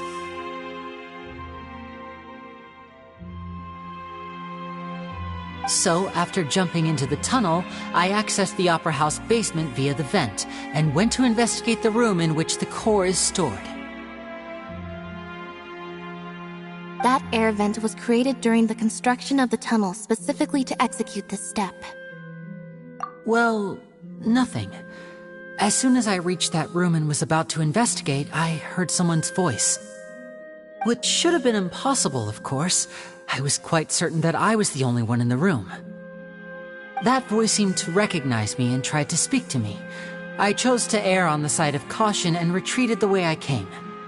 On the way back, I saw the broken vase and the clothes on the ground, but the countdown was almost finished, so there wasn't time to give it any thought. After that, the homicide occurred just as you saw. Well, that explains why you didn't hear the thud. Because of that prophecy I told you about, of course. We must know all we can about this nation's secrets in order to deal with that prophesized crisis. That's the only way we can save everyone. So, there you have it. The whole truth. I swear, I didn't hide anything from you this time.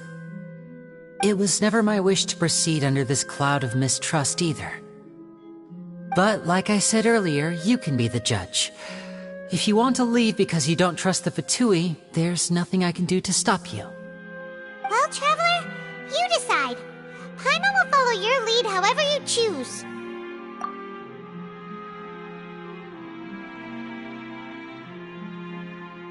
Okay, thank you. Thanks for giving us a chance. The current problem is that the scales are tipped pretty badly against you two. If we want to refute the Hydro Archon's accusations, we're gonna need a seriously watertight defense. Huh?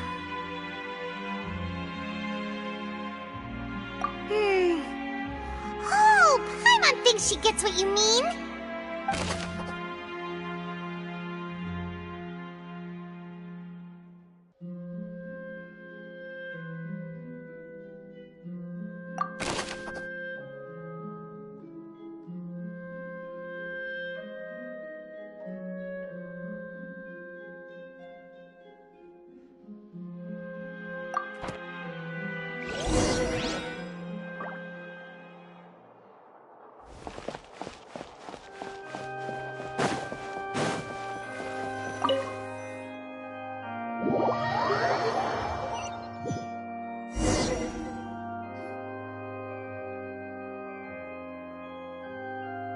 Both parties have returned to their positions. Let us continue the trial. When last we left off, Mr. Linney acknowledged the new evidence presented by Lady Farina as fact. Therefore, Lady Farina may continue stating her reconstruction of the events. Ugh, that took long enough. Now then, if everyone would lend me their attention. At this stage, let's revisit that scene from Linney's perspective.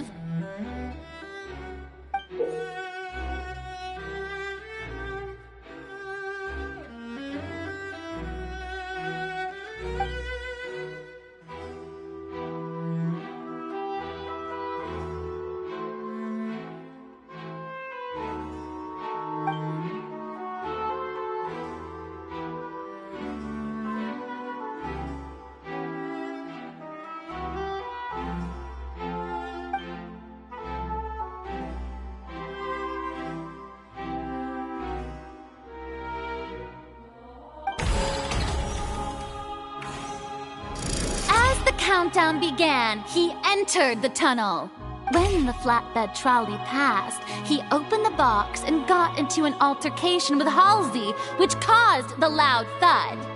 He did not realize that the sound could be heard by everyone in the opera house, which is why he claimed earlier that he could not hear the sound. Finally, he used the vase to knock her out, before making her change clothes to prevent others from recognizing her. At this time, Cowell arrived in the tunnel, having heard that strange noise, and caught Linny red-handed. So Linny proceeded to knock him out too before stuffing him into that box. Afterward, Linny passed the unconscious Halsey to his accomplice through the magic box in the audience stands, before operating the devices such that Cowell's death would be ruled an accident. And there you have it.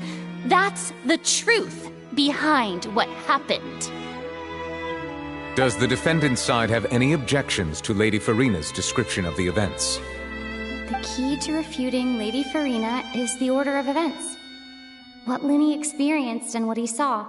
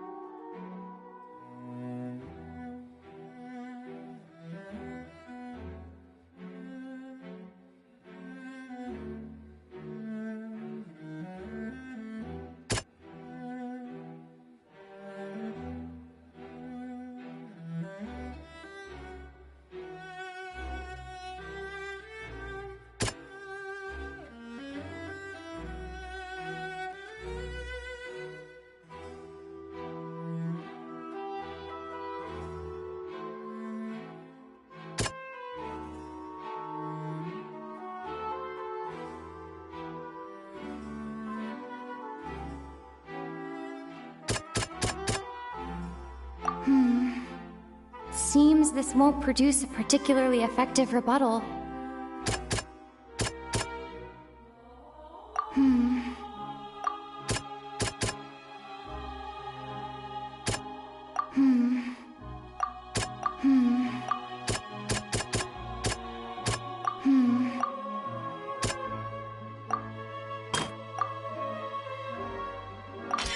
According to Linny, he left via the vent after entering the tunnel. He couldn't have had that altercation with Halsey.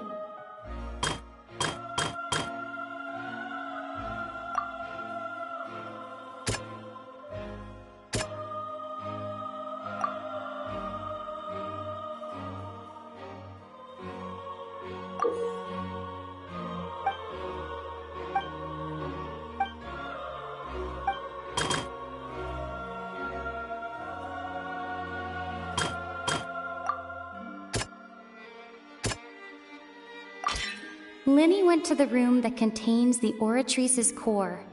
This is the actual truth.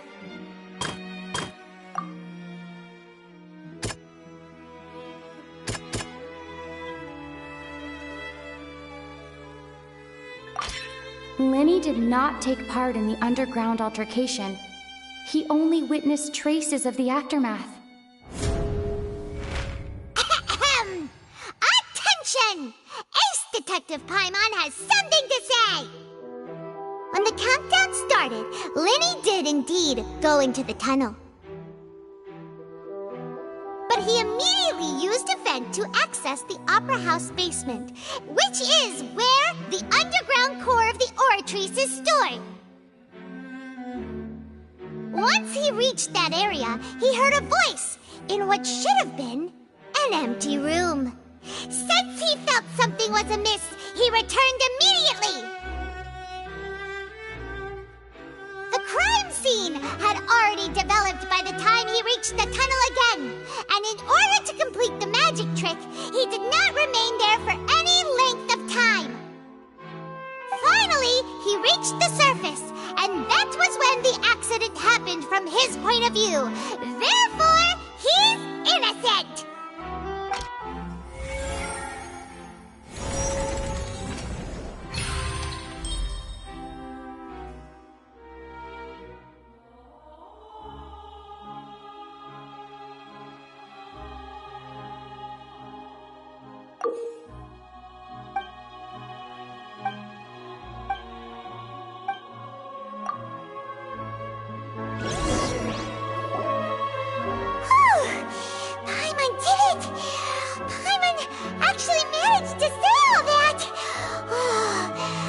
Isn't it awesome?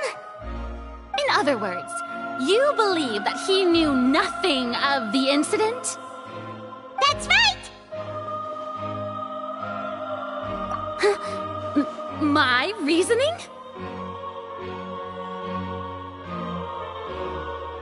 If that's the case, then if Cowell hadn't entered the tunnel, who was the entire setup meant to kill? Assuming that what you say is true, Lenny only needed to kidnap the young girl to cause a new disappearance case. What would the point of killing someone on stage be? Oh, they have a point. That's right, you tell him! And that's why they're partners of mine. We've managed to turn things around. Oh, well, your denial is very strident, I'll give you that. But what proof do you have to back your claims? Of course I do. If he had been in the magic box the whole time, how could he have not heard that sound? Why do you ask? You're saying that he wasn't?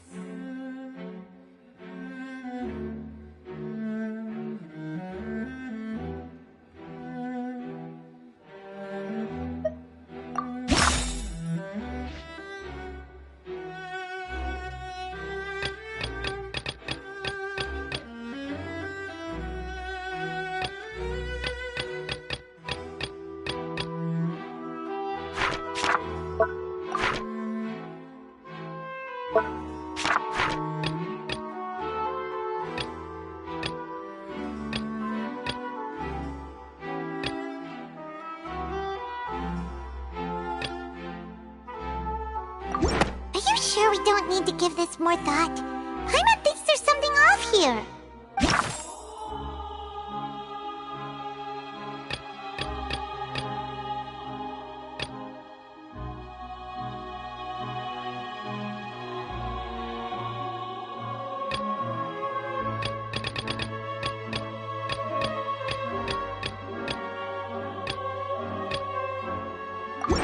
That's right! Lenny wasn't in the box or in the tunnel.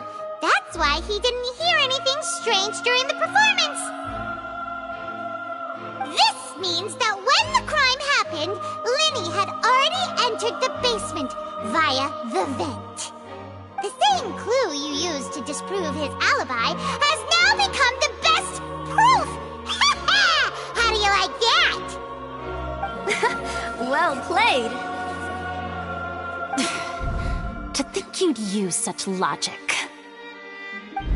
Well then, if it wasn't Lenny who committed the crimes, then who was it?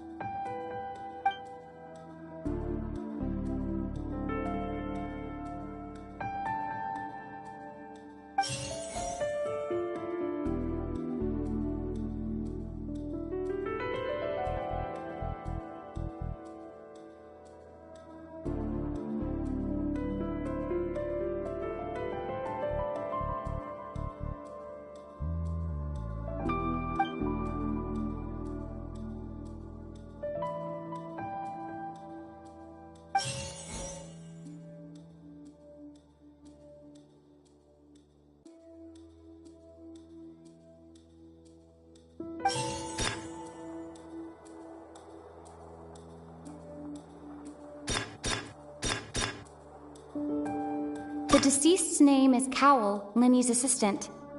He would have been able to tamper with the equipment. Halsey is the missing person and an ordinary audience member. Or did she have her own scheme all along? Could there have been a third person involved? Is that really a possibility?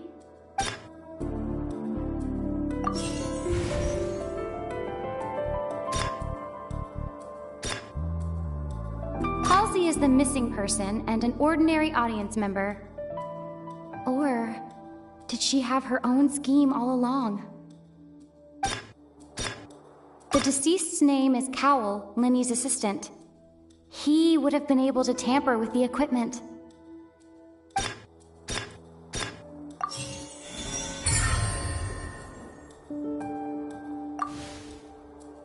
Huh? That can't be right. Are you serious? The killer was, in fact, Cowell, the deceased! Oh, is that so? How interesting! Let's hear your reasoning then. What I must do next is recreate the truth. What Cowell did, and how he went from would-be perpetrator to victim.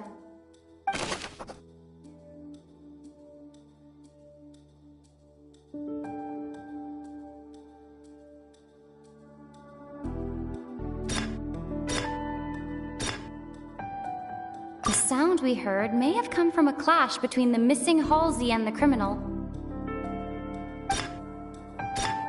It would have been tough for both people to fit into that vent. They would likely have bumped into Lenny as well.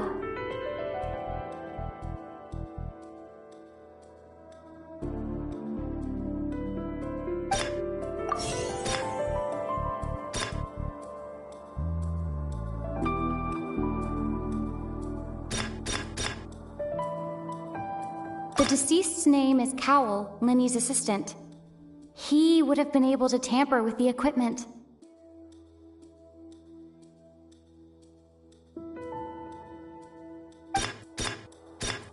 The sound we heard may have come from a clash between the missing Halsey and the criminal.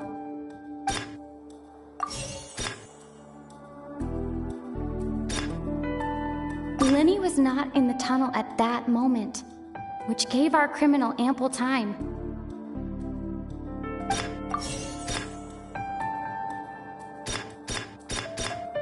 No one entered or left the opera house through its entrances.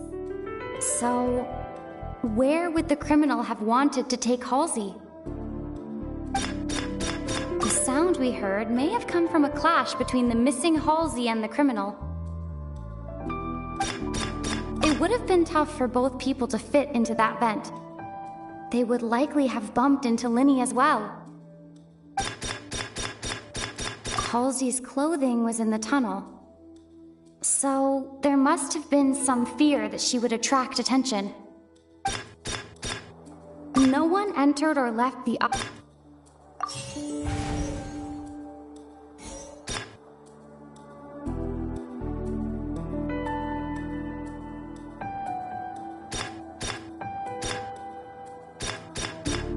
No one entered or left the opera house through its entrances. So, where would the criminal have wanted to take Halsey? Halsey's clothing was in the tunnel. So, there must have been some fear that she would attract attention. Lenny was not in the tunnel at that moment, which gave... The deceased's name is Cowell.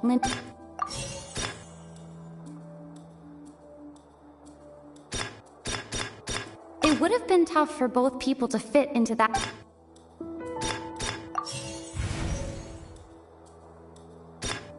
Halsey's clothing was in the...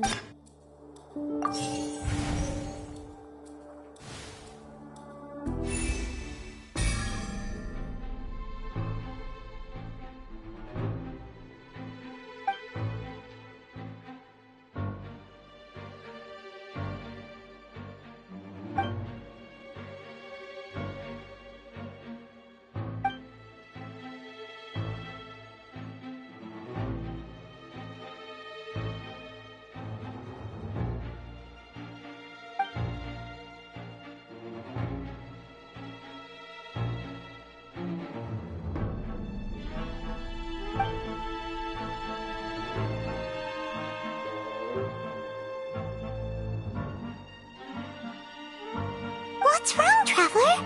Are you still having trouble figuring things out? I see how it is. So this was all just a bluff. And here I thought you had something to show for it. But it seems you're still far from the truth. Look, since we're at a dead end, why not consider a different track? Just like the trick as it transpired, the end result must have been utterly different from the magician's initial design. If only we knew how Halsey disappeared. Well, that would be nice, but the tunnel only has 3 exits, and none of them seem very likely. And it's not like this is a magic trick where you can just make a real live person disappear. You know, like you did from that water tank, Lynette. Excuse my interruption, dear opponents, but do you not see that the crowd is growing impatient? There is no greater sin in this opera house than an awkward delay in the performance.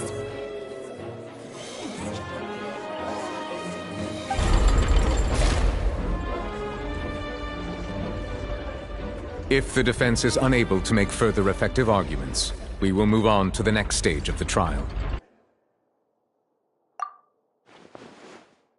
Lenny was not in the tunnel at that moment, which gave our criminal ample time. The sound we heard may have come from a clash between the missing Halsey and the criminal. The deceased's name is Cowell, Lenny's assistant.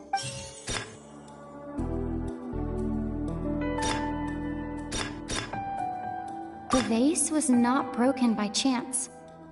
It was used to cover important evidence. The water.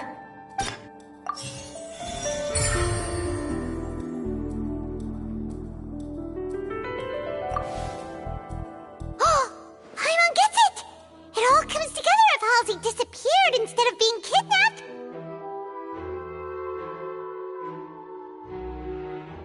Lynette escaped from the water tank, vanishing gradually and leaving only clothes behind. If there's a similar method where a person could be transformed into water...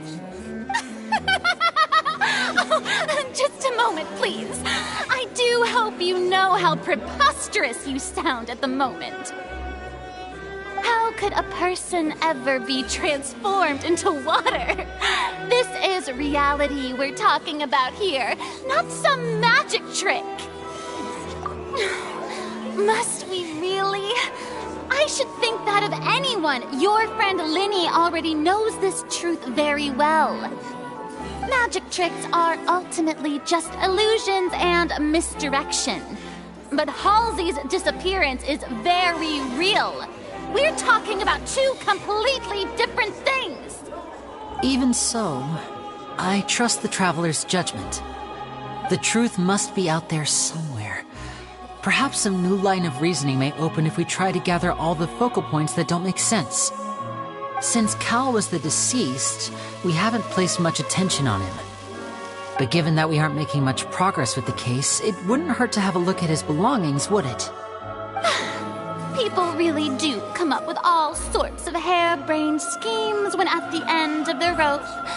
The way I see it, your suggestion that we broaden the scope of our investigation is nothing but a tactic for stalling the trial. Nevertheless, I believe that this is a reasonable request on the part of an attorney. Since the trial does indeed appear to be at an impasse, I believe that additional evidence may help us make more progress. Guards, please step into the lounge and examine the personal effects of the deceased, Cowell.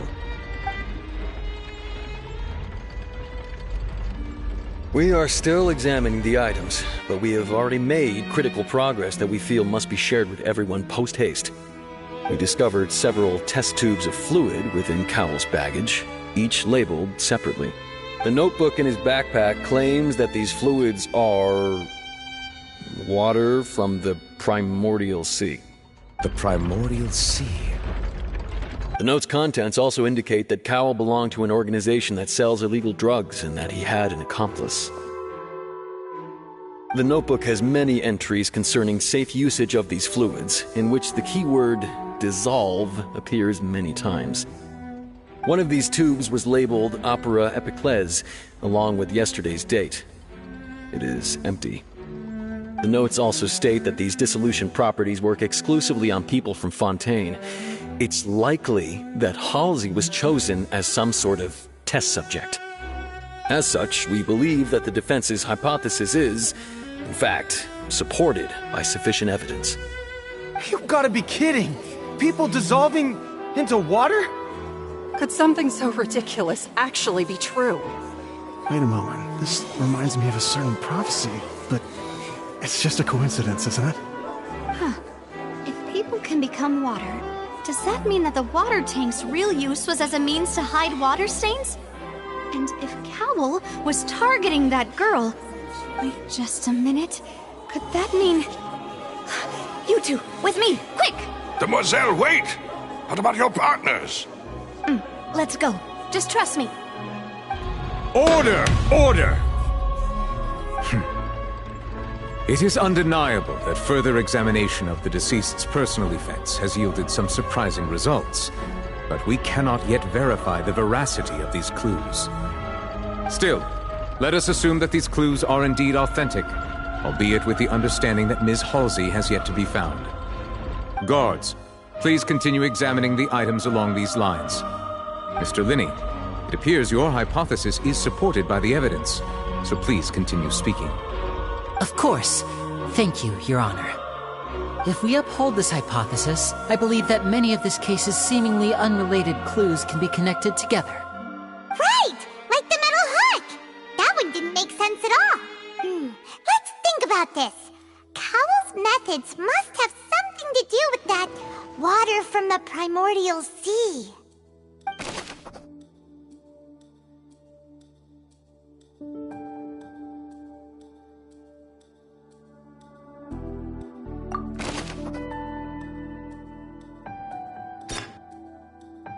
The deceased's name is Cowell.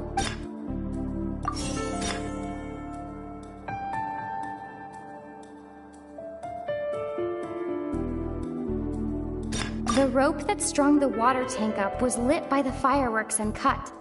As such, the focus here is on the water and not the tank.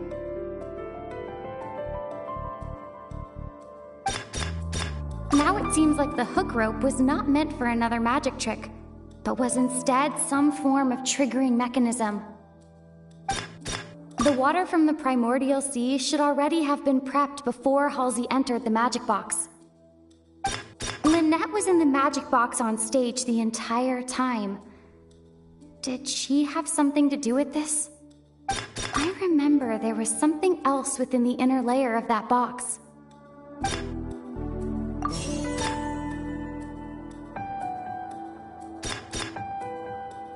The water from the primordial sea should already have been prepped before Halsey entered the magic box.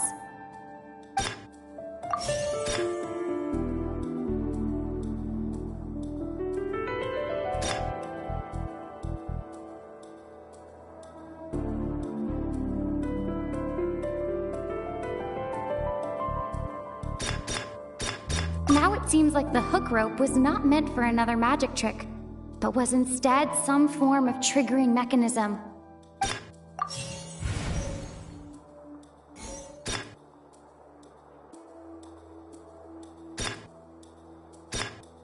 Now it seems like the hook rope was not...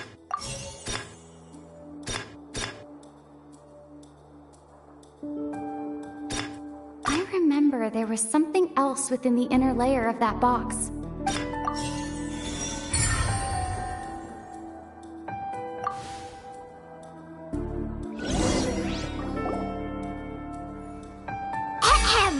It's Ace Detective Paimon's time to shine again! In the original plan, Cowell would tamper with the water tank rope and the number selector securing his target. When the magic box containing Halsey was lowered, the metal hook would retract gradually and pierce the balloon at the top of the box. When the balloon attached to the box popped, the water from the primordial seed inside it would pour down and dissolve Halsey. Afterward, Cowell would enter the tunnel and break the flower vase to conceal the water inside inside the tunnel, with the remaining evidence being covered up by the water tank on stage. But he encountered something unexpected in the tunnel, and wound up being fatally hit by the same water tank he meant to use to cover his tracks. Huh. That does make sense. That actually links together a lot of the more confusing pieces of evidence. Oh dear, what do I do? Even I think they sound convincing now. Have I falsely accused an innocent person? What a humiliation. Now, it seems like the only point of contention remaining is the exact circumstances that led to Cal's death. His notes mentioned he had an accomplice who could be related to the situation. On that note, the guards have just contacted me indicating that they uncovered new evidence. I shall now invite him on stage to share it with us. Thank you, Your Honor. We were just inspecting the luggage of the other people involved in this case. And we found an identical sample of the water from the primordial sea among Linny's personal effects. What? That can't be. Oh, I see. Well, how wonderfully comedic to have your own counterattack only to come back and wound you. Does this not clear all doubt? My dear citizens, my loyal audience, allow me to present my reasoning and bring this performance to a swift close. Linny did not need to take part in the dissolution of the young woman at all. Indeed, he did leave the scene via the vent. Having made modifications to the props beforehand, his accomplice Cowell then caused Halsey to vanish using the water from the primordial sea. But upon his return, in cruel avarice, Linny desired sole credit and prepared to do away with his partner in crime. Ultimately, he knocked Cowell out, and the tool meant to cover the crime up also became a murder weapon. Now, as much as I regret having come to such a viciously straightforward conclusion, it does seem that the famed Fatui is quite the cold-blooded and ruthless organization. Am I right, Mr. Linny? We've used up all the evidence we collected. There's no way for us to make a rebuttal here. Is this the end of the road?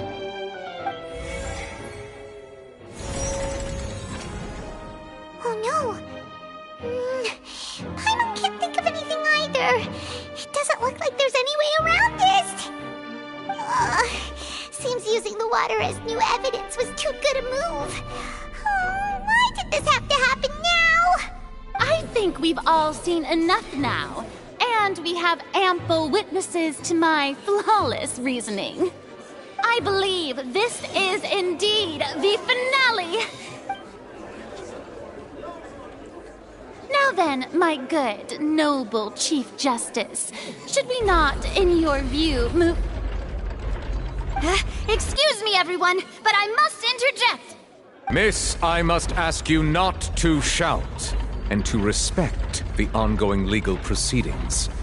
Oh, come on. Don't be hasty. I have a good reason for interrupting, you know. Now, would anyone here like to take a little break from all this debate and see a little magic? I'll show you an amazing trick. One that can bring a young woman who has disappeared back in the flesh, right before your very eyes. Please, do the honors, Mr. Linny, if you would be so kind. What in the world is she saying? No offense, miss, but miracles like that are beyond my scope as a magician. Come on now, don't be silly. Magic is all about misdirection, isn't it? It often conceals the truth while presenting a fascinating illusion. But once everyone believes the illusion, can't magic reveal the truth to them once again? And wouldn't such a trick be the most marvelous finale to today's performance? Come on, Lenny and Lynette. Give it another go. Don't worry. Spina di Rasula has made the necessary arrangements on your behalf. But, as the magic makers and stars of the show, I think I should leave the final performance to you. I understand.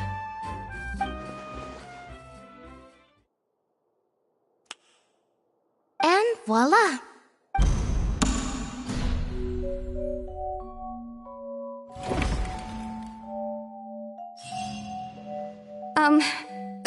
Sorry for the interruption. Wait, isn't that Halsey?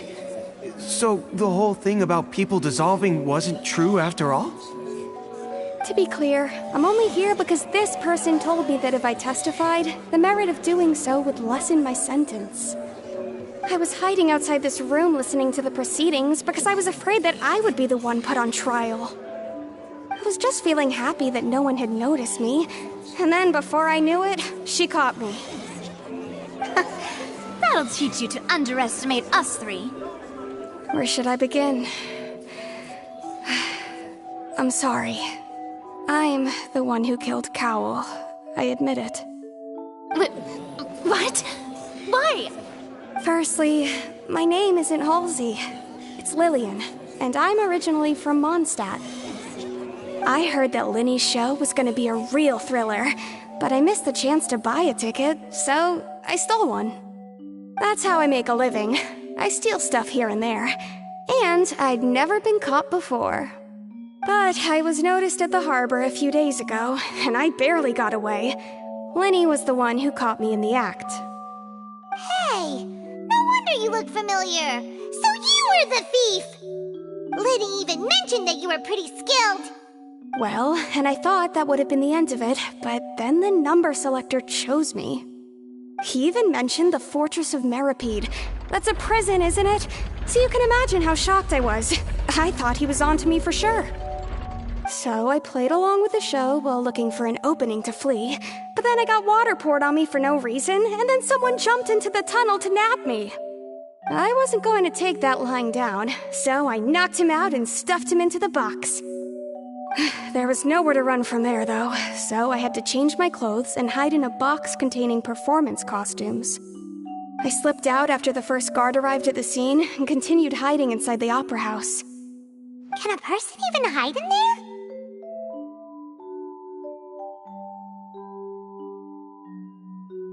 But I swear I didn't know that the water tank would fall down. Really, I swear it. Had I known that, I wouldn't have put him in the magic box. I may be a thief, but I'm no killer. Well, that makes everything pretty clear now, doesn't it? This time, we need to tell the entire story from Lillian's perspective.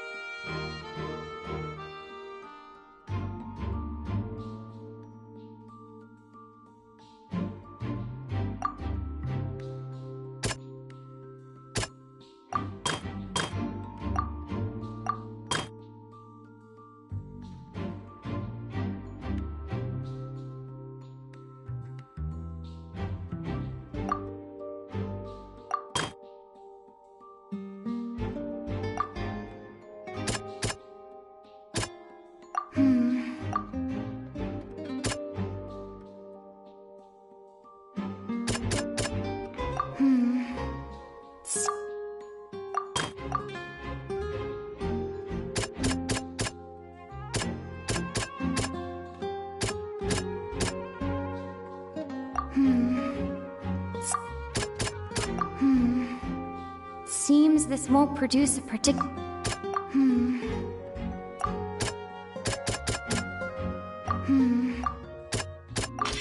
The strange sound wasn't from a fight. It was Lily Ann's attempt to break out when she was frightened.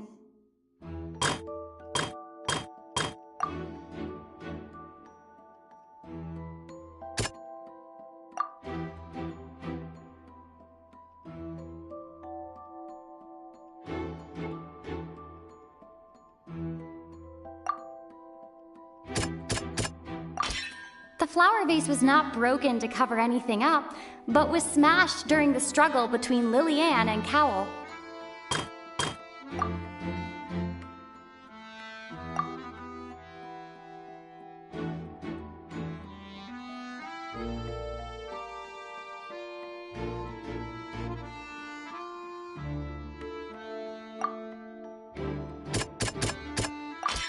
Lily Ann was afraid that she would be recognized if she left, so she changed clothes and hid, biding her time. Just what one might expect of an experienced thief. And it's Ace Detective Paimon time!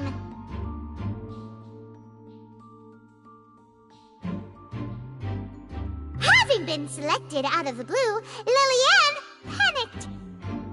Her panic only intensified after she entered the tunnel and had water poured on her head. So she kicked the door open, producing the thud we all heard. Hearing the commotion, Cowell leapt into the tunnel, only to discover that Lily Ann had not dissolved.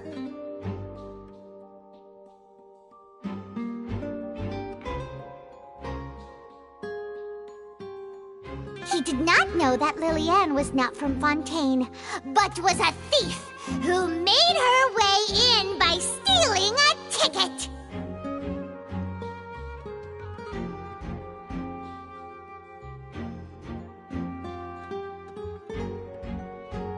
Mistakenly believing that the water from the primordial sea needed time to take effect, he tried to force Lily Ann back into the box. The two broke the flower vase during the struggle, but Lily Ann came out on top, knocking Cowell out and putting him in the box.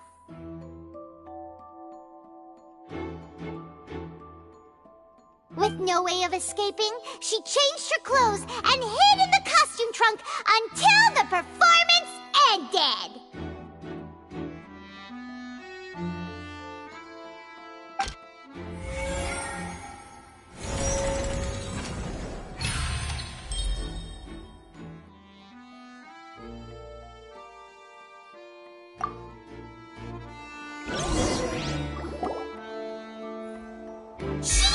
That she would have to go through guard inspection if she tried to leave afterward. So, she has been trapped in the Opera House these last 2 days. She had already become desperately hungry by the time we were chatting over macarons. So, she swiped 2 of them right under our noses. Talk about a sneaky thief. At this point, all the events that happened in the tunnel have now come to light. Ah, so that's the whole story. Bravo! Bravo! Now then, Lady Farina, do you wish to speak against the defense's statements? Please answer the question, Lady Farina. Also, if I may add, the trial has not yet ended. As such, I request that the prosecution not leave the room before the proceedings have concluded.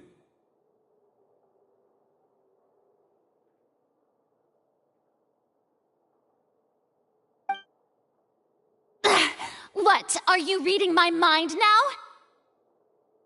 now? No. I have no further arguments. I admit defeat. But really, could you at least have left me with some dignity? Wow, look at that! She's like a deflated balloon now. If there are no objections, then as the Chief Justice of Fontaine, I shall once again repeat the full sequence of events.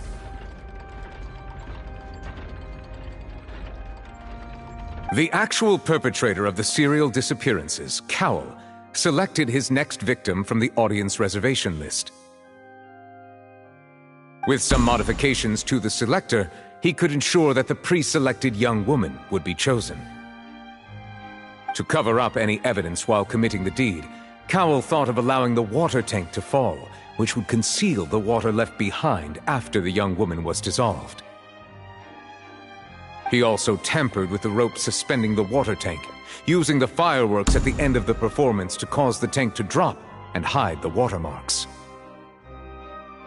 He poured the water from the primordial sea into a balloon during the preparation of the magic box and stuck it to the box's lid.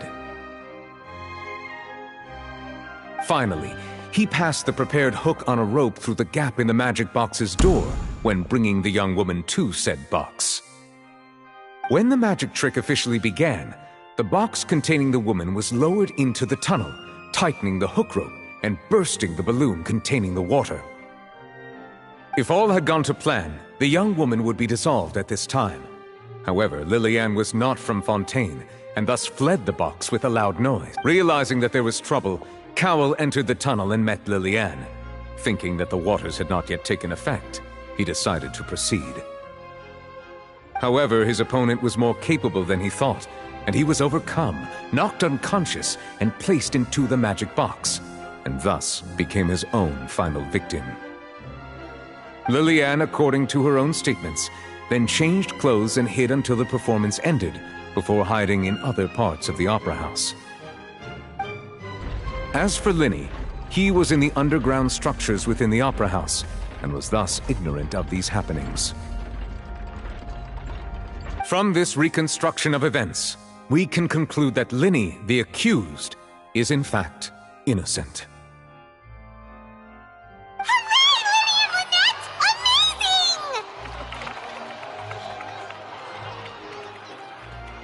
While there is much in Linny and Lillian's conduct that should still be investigated separately,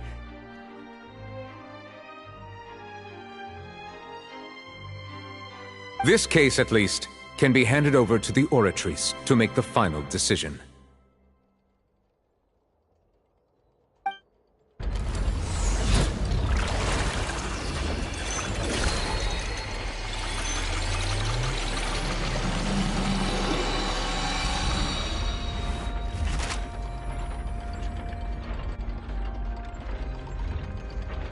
As such, Linny and Lynette are officially declared not guilty.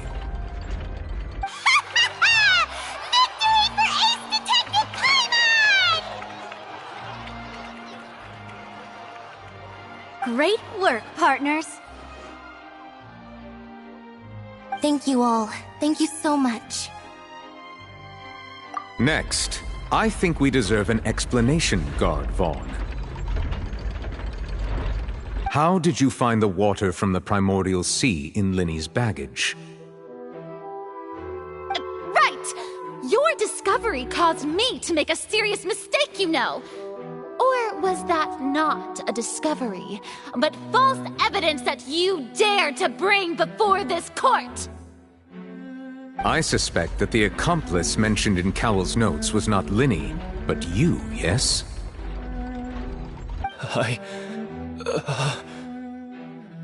I'm sure you know what you must do to lessen your sentence.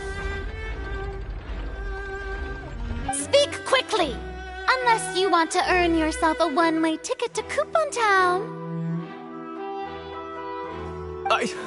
I was just following orders.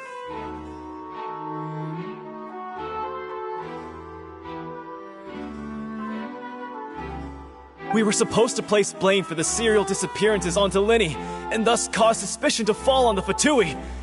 The higher-ups said this was the best opportunity to do so. And now that your plan has fallen through, and the secrets of the water have been revealed, you have become a liability to said higher-ups, yes?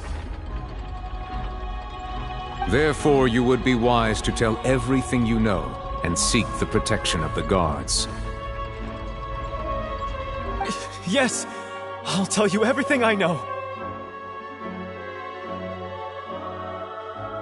Our boss discovered that the water can cause people to dissolve. It can also be made into a potion, which when extremely diluted, can cause people to experience unforgettable exhilaration. We've been in this business for a while now, and have made decent more off it. The disappearances were also the boss's idea. I mean, this is the boss we're talking about.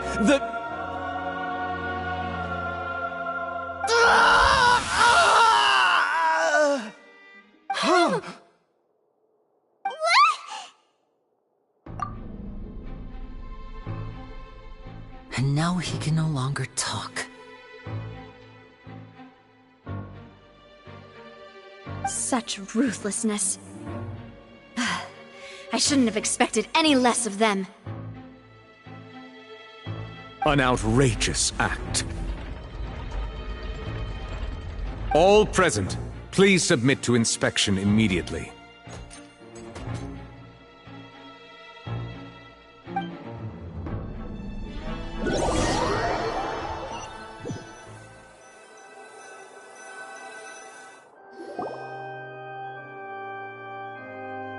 So, we're just going back now?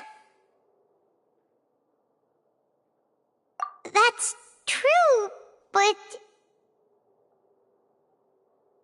Traveler, Paimon!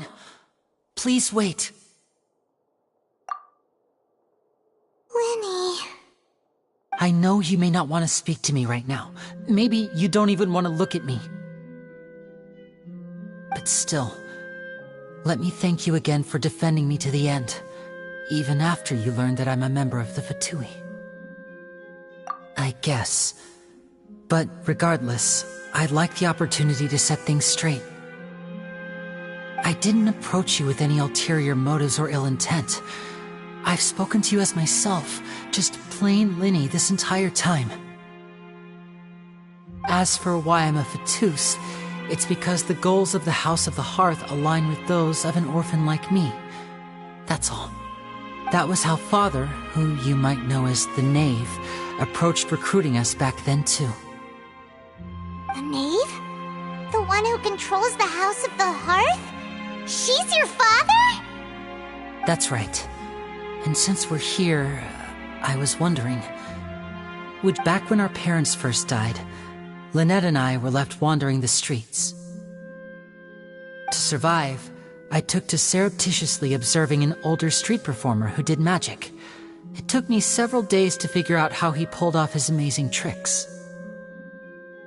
I took my sister through several streets until we found a crowded corner, and we began to perform magic tricks there. To my surprise, we proved to be pretty popular, and we could at least stop worrying about where our next meal would come from for a time. But I didn't want my sister to remain a street rat together with me forever. Before long, an aristocrat came to me and claimed that he wished to take us in after watching my performances. So you went from orphans to nobility just like that? That was how we felt at first, too. As if fate was on our side and we could say goodbye to those painful days. But I gradually discovered that while we were called foster children, he was really after my talent for magic tricks. He would constantly take me to all sorts of banquets to garner attention, which he would then use to expand his social circles. That doesn't seem too bad either. Better than roaming the streets at any rate.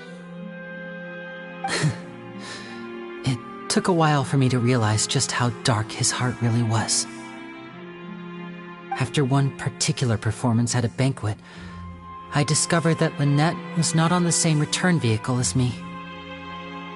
I waited a long time after we returned home, but she did not come back. I went to that noble's bedroom and asked him about her whereabouts.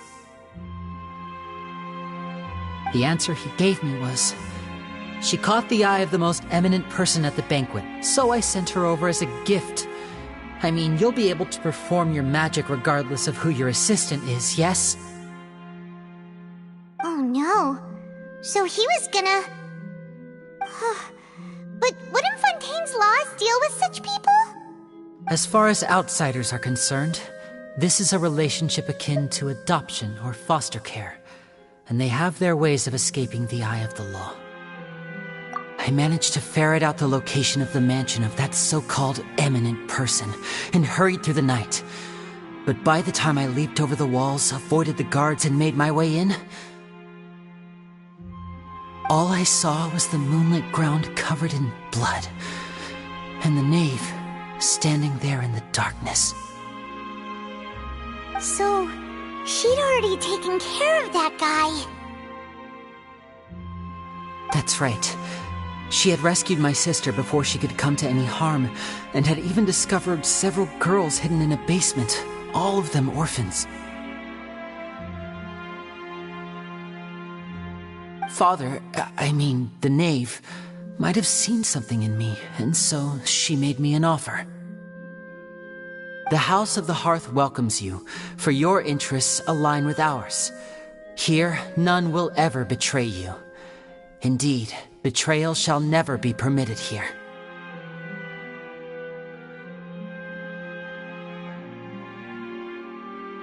I was hesitant to trust her. I mean, I had just been betrayed by nobles. But she was also quick to destroy the noble who had taken us in at first, giving us back our freedom. Oh, so that's how the two of you joined the House of the Hearth. She has her own plans. She has gained permission from the Tsaritsa to first use the Gnosis' power once she obtains it. She plans to use it to find a way to break the prophecy and save Fontaine. So, she believes in that prophecy too? That's right. The whole House of the Hearth is currently working to combat that crisis. Today's case has also proven that people from Fontaine can indeed dissolve into some sort of water, thus further supporting the prophecy. All of us house members here, Lady Arlecchino herself included, are from Fontaine. We won't give up on defending our homeland. To us orphans, the only connection we have left to this world, apart from our family, is our homeland. So, from small deeds like distributing magic pockets to huge schemes like stealing a Gnosis, everything is aimed at dealing with that prophecy. It's all right. I understand. The only thing I can do is relate all this to you. I just hope you can understand that even as a member of the House, I have never stopped making my own decisions, and that I believe what I'm doing is right.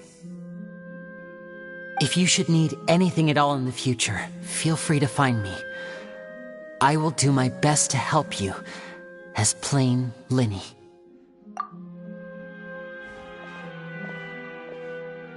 Bye, Linny!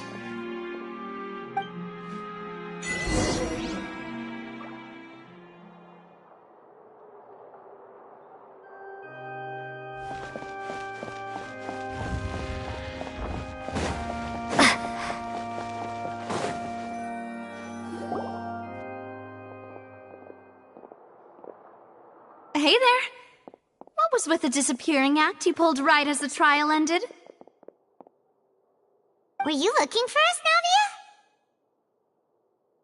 Navia? Well, this whole thing isn't exactly over, is it? I do feel that we're getting closer to solving the serial disappearances case, though. Don't you think so, too? Huh? What's wrong, my dear partner?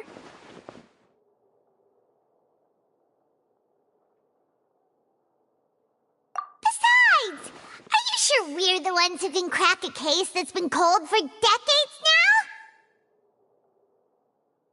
And given that there's new evidence from the trial, there should be a trail of breadcrumbs for the Hydro Archon's people to follow now, right? Ah. I see. Well, I won't lie. I'm a little shocked to hear that from you. But I suppose you are just travelers who have only arrived in Fontaine after all.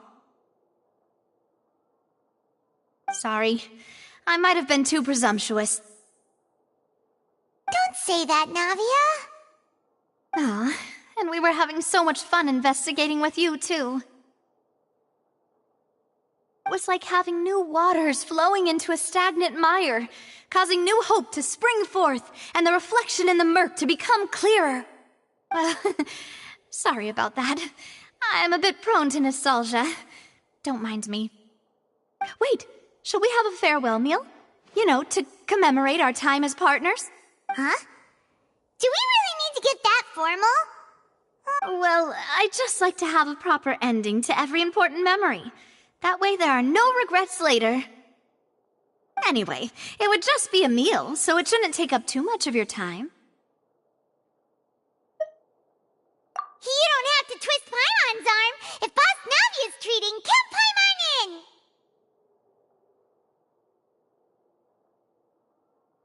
Oh, wonderful! In that case, why don't we return to the court of Fontaine and head to the Hotel de Boer? I believe we'll make it just in time for dinner.